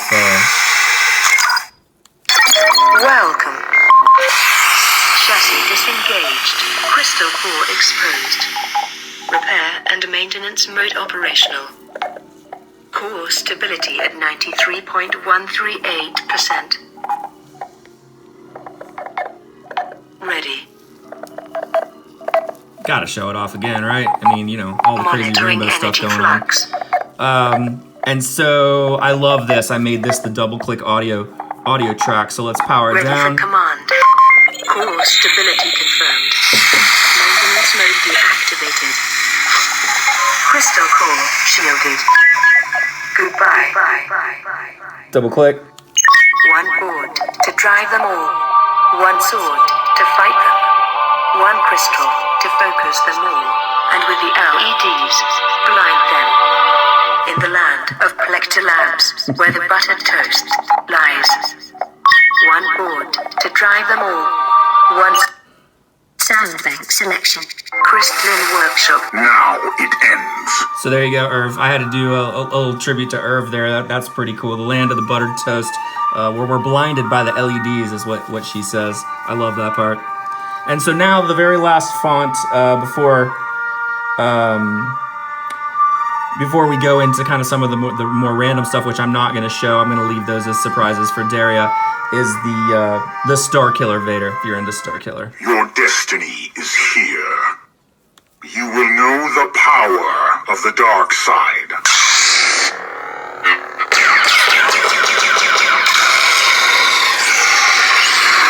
You are as clumsy as you are stupid.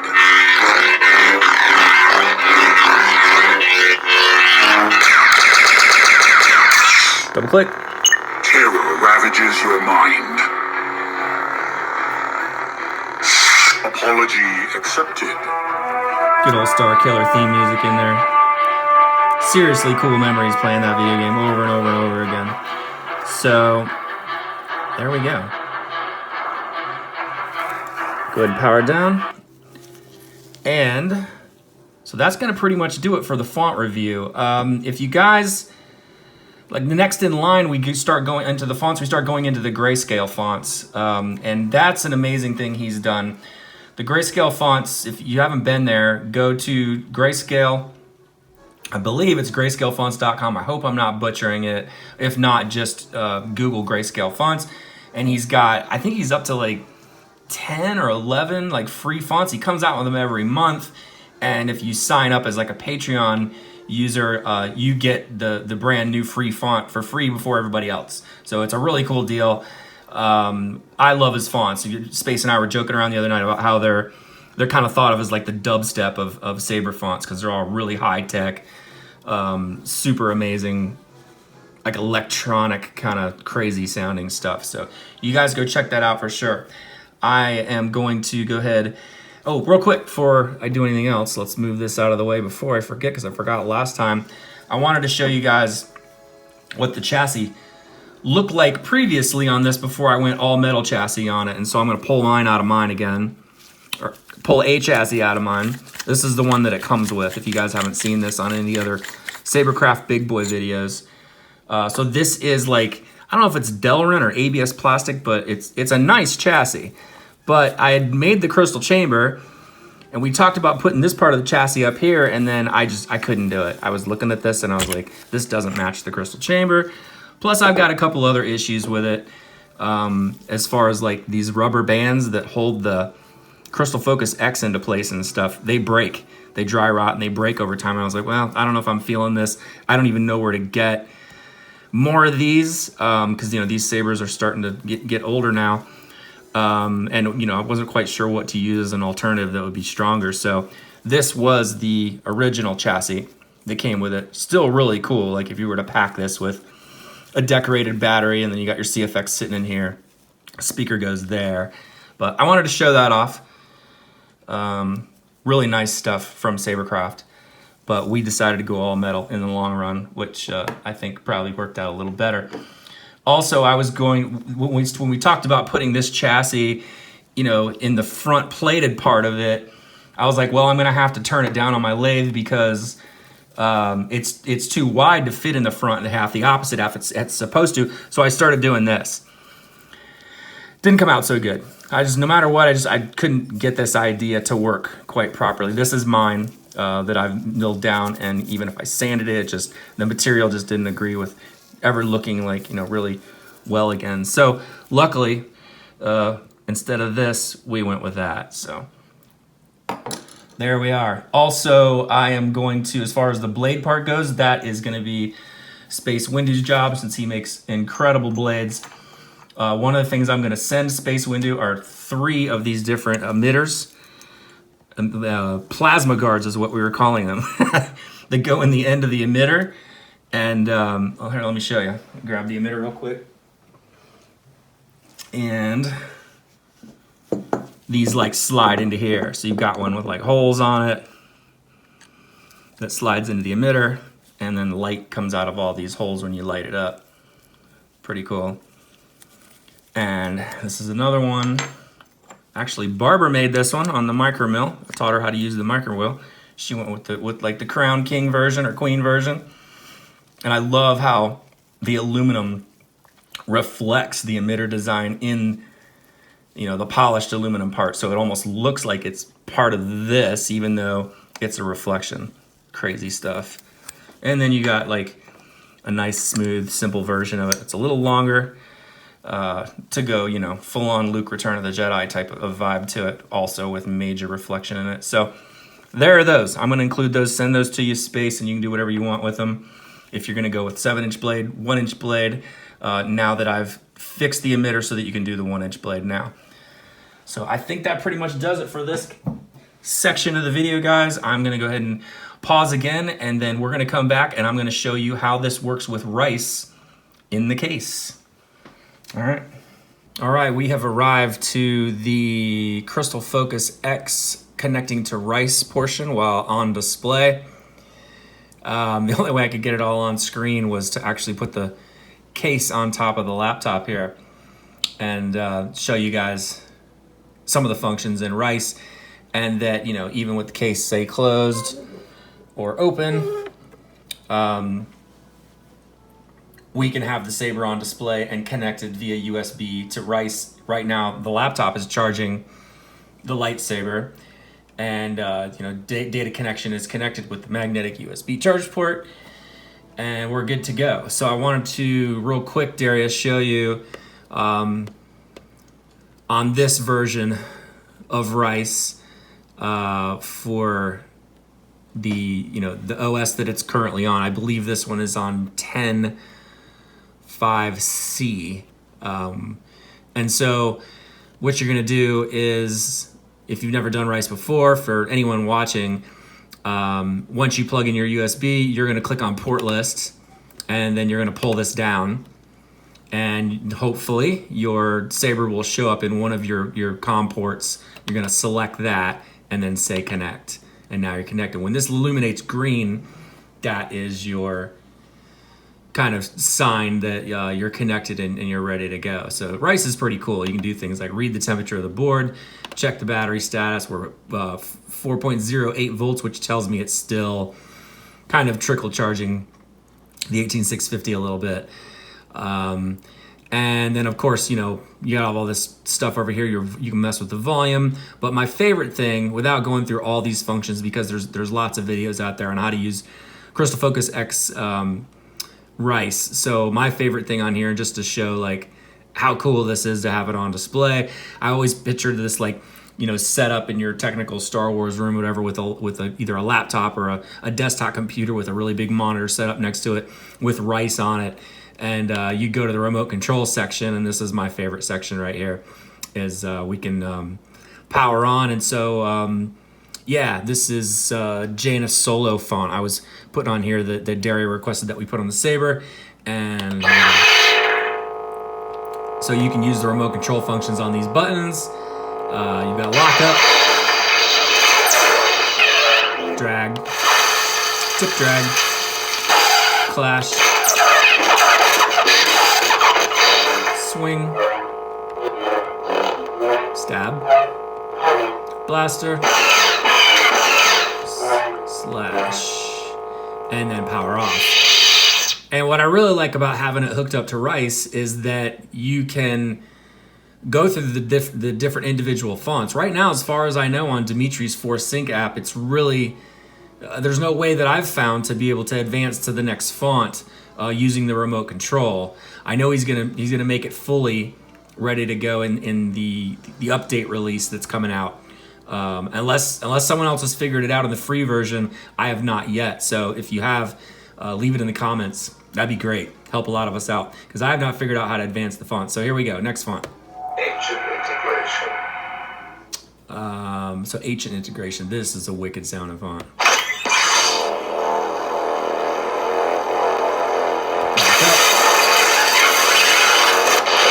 Drag,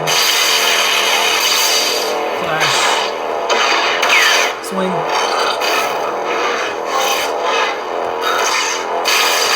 stab, blaster, all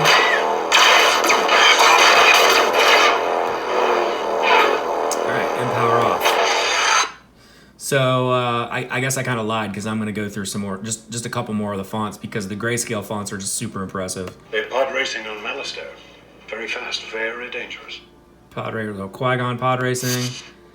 Hello. Crispity. That's cool.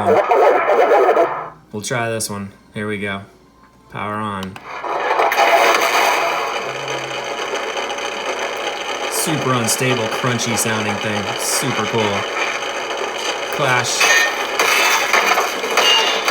It's got a little metal sword in the clashes. Swing. Really unique sounding stuff. Stabs, blaster.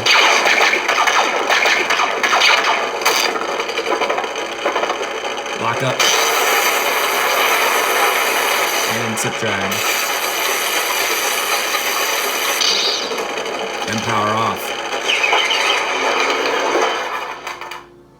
So yeah, that pretty much shows off how it works in Rice with it inside the case, open or closed. Of course, it'll be a little more muffled when it's closed, but there it is, guys. I think that's pretty much going to do it. Again, massive thanks out to everybody that made this happen along the way. And next up is Jeff Chong's Saber, which is going to be Corbanth. LS6 with the, we're gonna do some crazy stuff with removable crystals in the gull wing doors. So that's gonna be a lot of fun. So that's pretty much it, guys. Everyone take care. May the Force be with you. And until next time, JediArmsDealer out.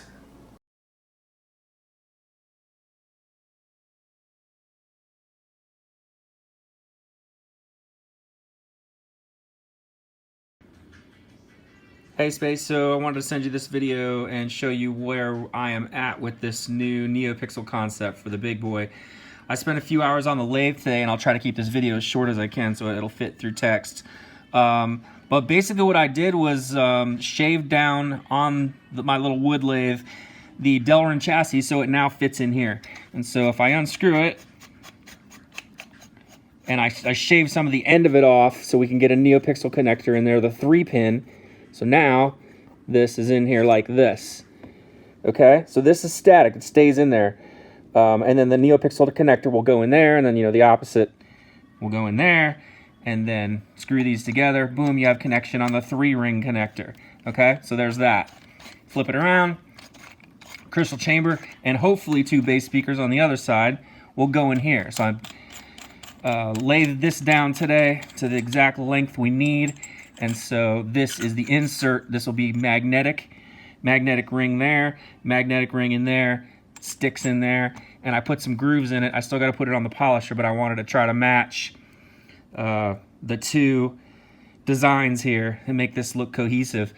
Your customer can decide whether or not they want me to leave like the kind of bronze anodizing on here or strip it off and then just polish it, you know, to make it look like this. Totally up to them. And so that's pretty much it. Then this goes in the back magnetically, stick, makes connection, screw it in, and then, yeah, screw the chassis, other end down. A lot of threads on this beast. And there you go, man. I think that's gonna do it. I really do think that's gonna make this Saber probably the first in the world NeoPixel. All right, man, hit me back. Let me know how you feel about this. Cool, see ya.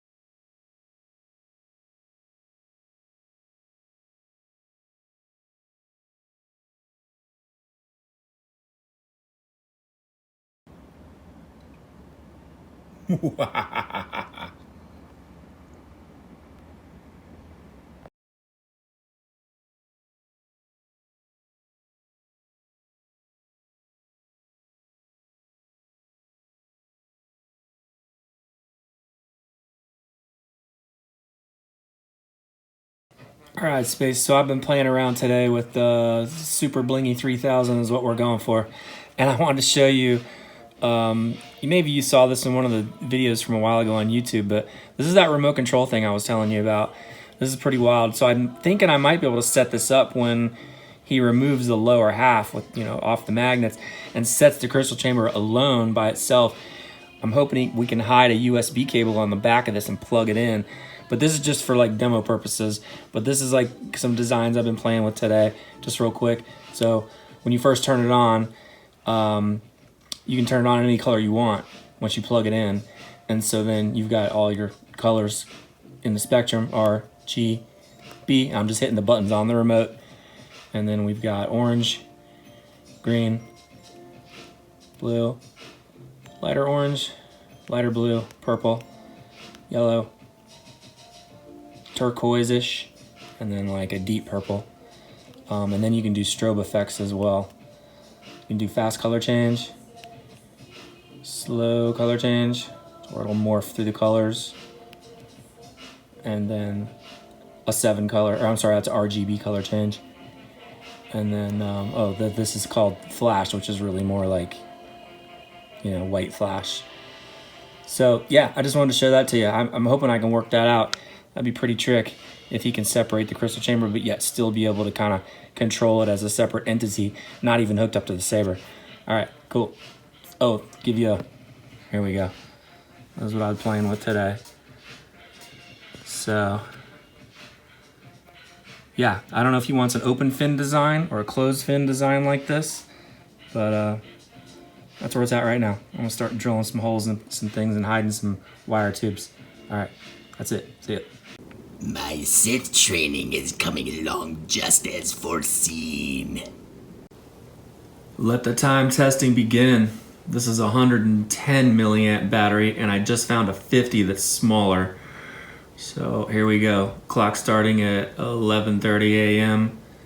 and we'll see when she dies. Ha ha ha ha ha. All right, Space. I've been running some Cfx tests today with our crystal chamber NeoPixel setup. There's 8 pixels here that would kind of simulate, you know, how many ever pixels we can squeeze in this crystal chamber, like a blade mirroring type of thing. So right now I've just got a 18650 10 amp high drain. It's fully charged, hooked up to it. The board is currently on. I don't know if it's going on deep sleep or not. I'm assuming not, because I don't know if deep sleep kills the power to the NeoPixel strips, but it's charging.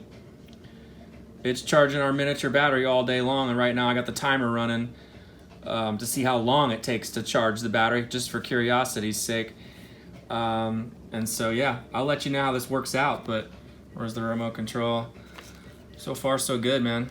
I can even turn it on while it's charging. Cycle through all the... Yeah. This might be the ticket. I'm gonna keep testing and see what happens. All right, see it. I guess I forgot to show you the fire up test. As long as it's a fully charged battery, it still continues to trickle charge the small lithium. So check it out. And good God, this board is loud.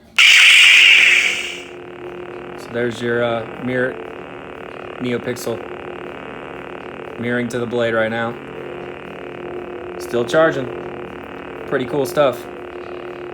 All I did was daisy chain it off the opposite end of the NeoPixel strip to the charge module, the USB charge module. Sweet. All right, Space. So all day today I've been messing around with Irv's new accent LED sequencer. And man, it is a trip. It took me a while to wrap my head around it. But one tip I have for you is the pads on the top side of the Cfx are the only ones that work for the 8 accent pad LEDs. I actually had to go on Facebook and ask around and finally, because I had them all soldered to the bottom. But this is what I've come up with so far on the config. I got the power switch ready to go, so when this powers up, we get a pulsing white accent LED. And then when we fire it up, it changes sequences again. So here's the 3 LEDs. I want to show you what these guys do. This is pretty cool. So we fire it up, settles in, and then does the Cylon thing back and forth. Then you got your blaster effects. And then when you go into lockup, it just goes random crazy. And then this goes all random crazy. And then shutdown, same type of thing. And now it's in PLI mode. So those will actually go down when the battery goes down and then back to pulse until it goes to sleep. So that's kind of what I've been playing with all day today, man. It's a pretty cool sequencer he came up with. Can't wait for you to check it out. All right, that's my update. See ya. All right, Space, your pixel arrays are freaking glorious, dude. This is like the perfect solution for what we needed to save space in the crystal chamber. So here we go. I want to show you the current setup. This is starting to feel like the final electronic layout for the big boy. You let me know if you want to add anything or have anything else to consider. But one of the things I discovered was when the voltage got low in both the batteries, the small lithium and the big one, this started to glitch out with the remote control. I couldn't get it to do anything. It was just frozen on red. Even when I plugged in, the micro USB port right here. And so what I decided was to put a power switch on here. So when you cycle it, it clears up any issues this has with a low voltage glitch. So there's that. I've got a PLI on the blade output so I can monitor that, because I wanted to show you that when the blade is on, this stops charging right here. It's just not enough voltage to trickle charge into this. So we'll talk about sleep settings. Right now I have it set back to the stock setting so it never goes into deep sleep, which I find is a good thing for charging this little battery, but we can talk about that more. So here we go, power up. We get the pulsing and then power on. Get a flash and then it goes into, like, you know, the standard blade color. But and then I've got this hooked up to here's Dimitri's you know, the NeoPixel in the blade is lighting up, and to test it all I attached an actual blade into a blade socket, and I'm testing out the new APA 105s. So far so good. I don't know what Dimitri was feeling these, but I think they're pretty cool because they're skinny. But I wanted to test the system with the blade completely illuminated to make sure we didn't have any glitches or problems. And as you can see, the voltage drops pretty low when the blade's on. So watch when I turn it off, it bumps back up again, and then this starts to charge. Now let me get them both in the video here. Let me kick it on and see what happens. That charge light goes out when the blade's activated. So the only time it's really going to charge the little lithium is with Saber play with the blade out. So anyways, note to selves on that. But yeah, man, I'm thinking this might be the final config. You let me know what you think. All right, man. See ya.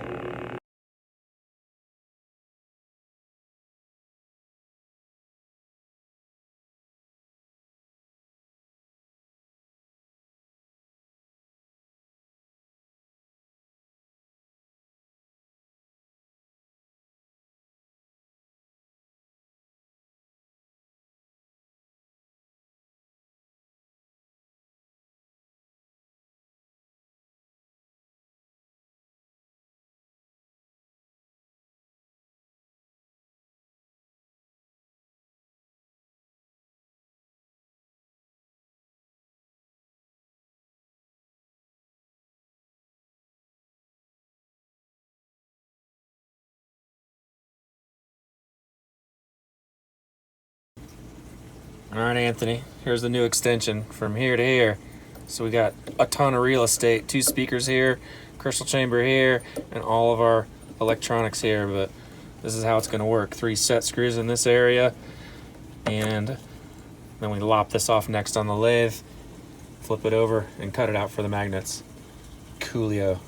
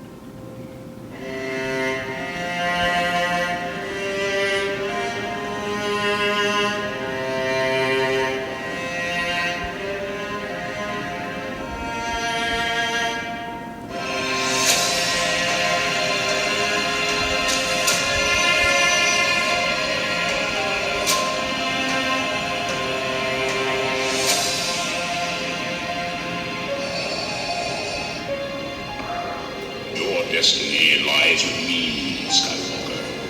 Obi-Wan knew this to be true.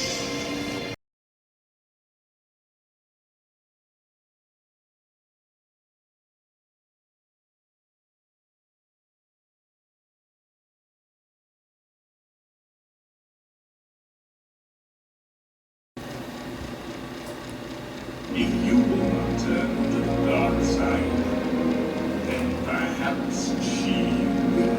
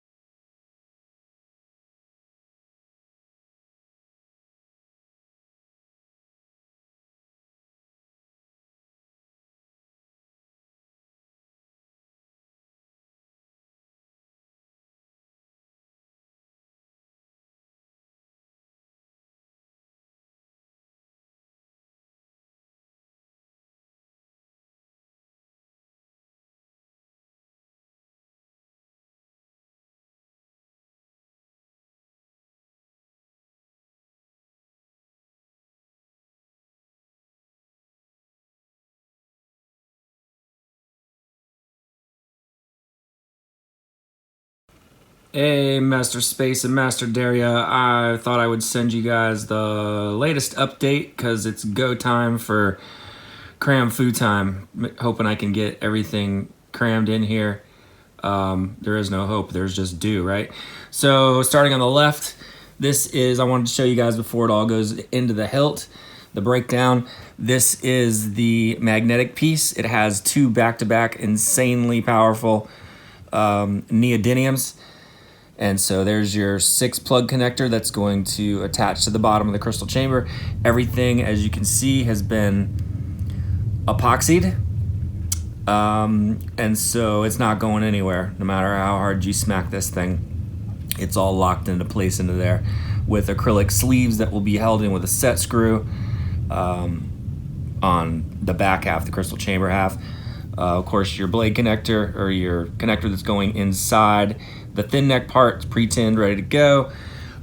This has been one of the more challenging parts because there's your stock NeoPixel connector inside of there, and I'm just going back and forth between whether or not I'm going to epoxy it or use glue just in case you ever needed to get back in there again. So I'm kind of going back and forth on that design. But there it is in place, either ready to be glued or epoxied. I think I'm going to go with epoxy just so it's stupid strong. So there's the emitter side part of it, converted to NeoPixel. This is the part that you'll be able to charge and also access rice. This is the hack for it that goes into the top of the control box that you can plug the USB cable into for charging a rice access. And then this is the one that goes in the end of the chassis. So you're going to have 2 stock NeoPixel arrays. This has also been, I don't know if you can see that because it's so clear, but it's also been epoxied. So bulletproof, shockproof as well. Shockproof, get it?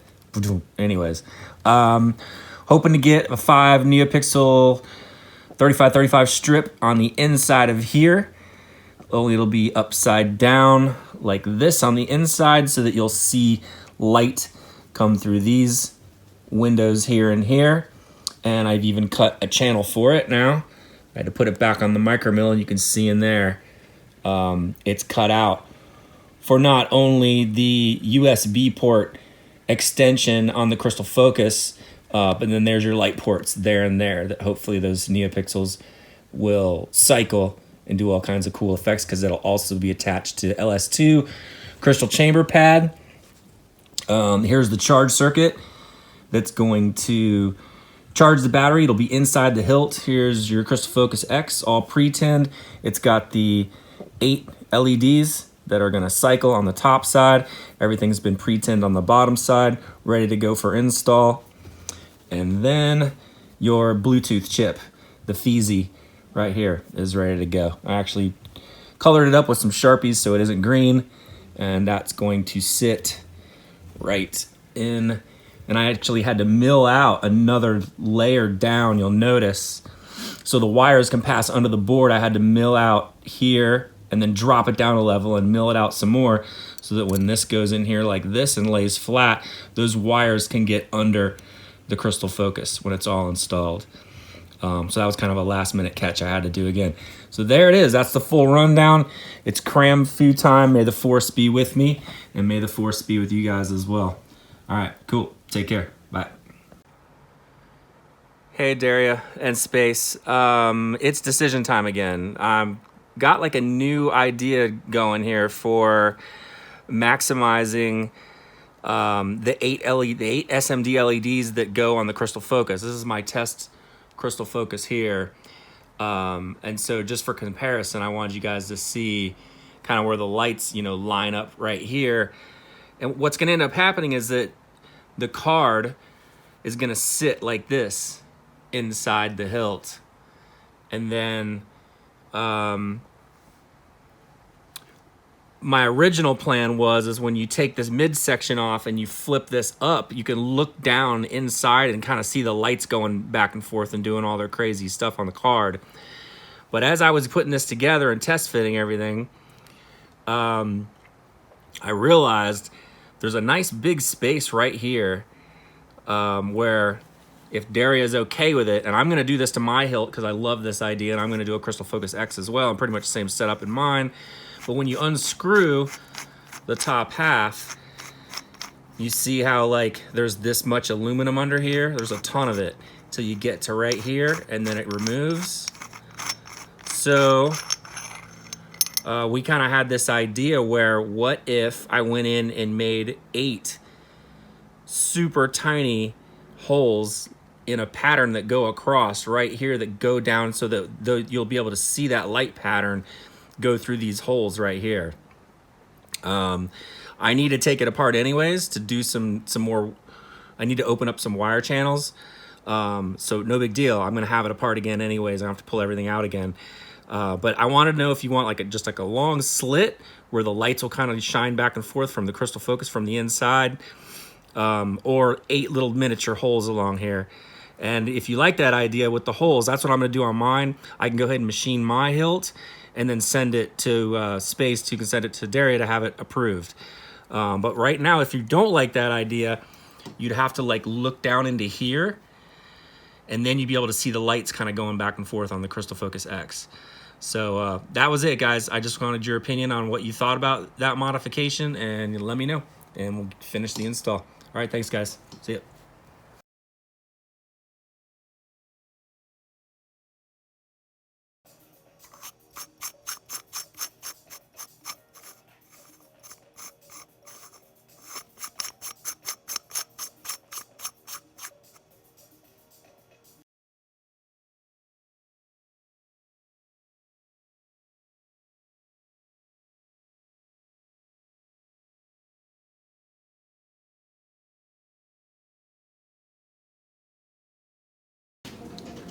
So you don't really get the full effect on camera because the LEDs wash it out, but that circle right in the middle of the video, it's the weirdest thing. It's the round LED on the inside, but it looks like an opal, like when Noah Drew does those crazy marbles. It's this weird rainbow effect, kind of translucent looking thing on the inside, but can't wait to show you this in person. It's just bizarre. But here's where I'm at. This is what I've been doing all day. It's insanity. All right, Space, here's your super teaser preview. I'm just got the Force Sync app hooked up in the Feezy chip. And so, yeah, quick run over. I got the iPad sitting here, so I'm running it with the iPad. And right now I did like a flickering pulse on one of the 8 accent LED pads. So the crystal chamber does something, since the LS2 pad still isn't programmed for separate idle effects. The 3 lights inside the control box are going to be PLI, so he'll always know his battery status on these 3 lights. There's the new holes drilled. There's your 8 SMD LEDs that are going to slide up under those holes when it's done and cram food. There's the Feezy module. I'm just now testing that. And then here's the USB interface and charge all wrapped into one. And then, you know, Dimitri's stuff up front. I got to pull the battery back out, so it's not all buttoned up quite yet. But today tested everything except for the USB interface, but this thing is just stupid loud. I'm so happy with it. With the Pommel off, it's almost deafening, but... So, yeah. This is the connected to LS2 pad inside the chassis, connected to LS2 pad in there, the pixel strip, and then, of course, blade mirroring on the pixel array. But I'm super happy with the way this thing is coming out, so here we go.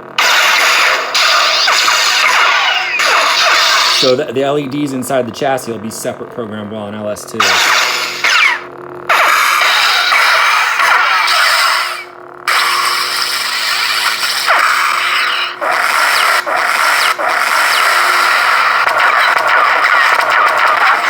I don't know if you can hear that, or if the microphone's compressing. I don't know how loud it is.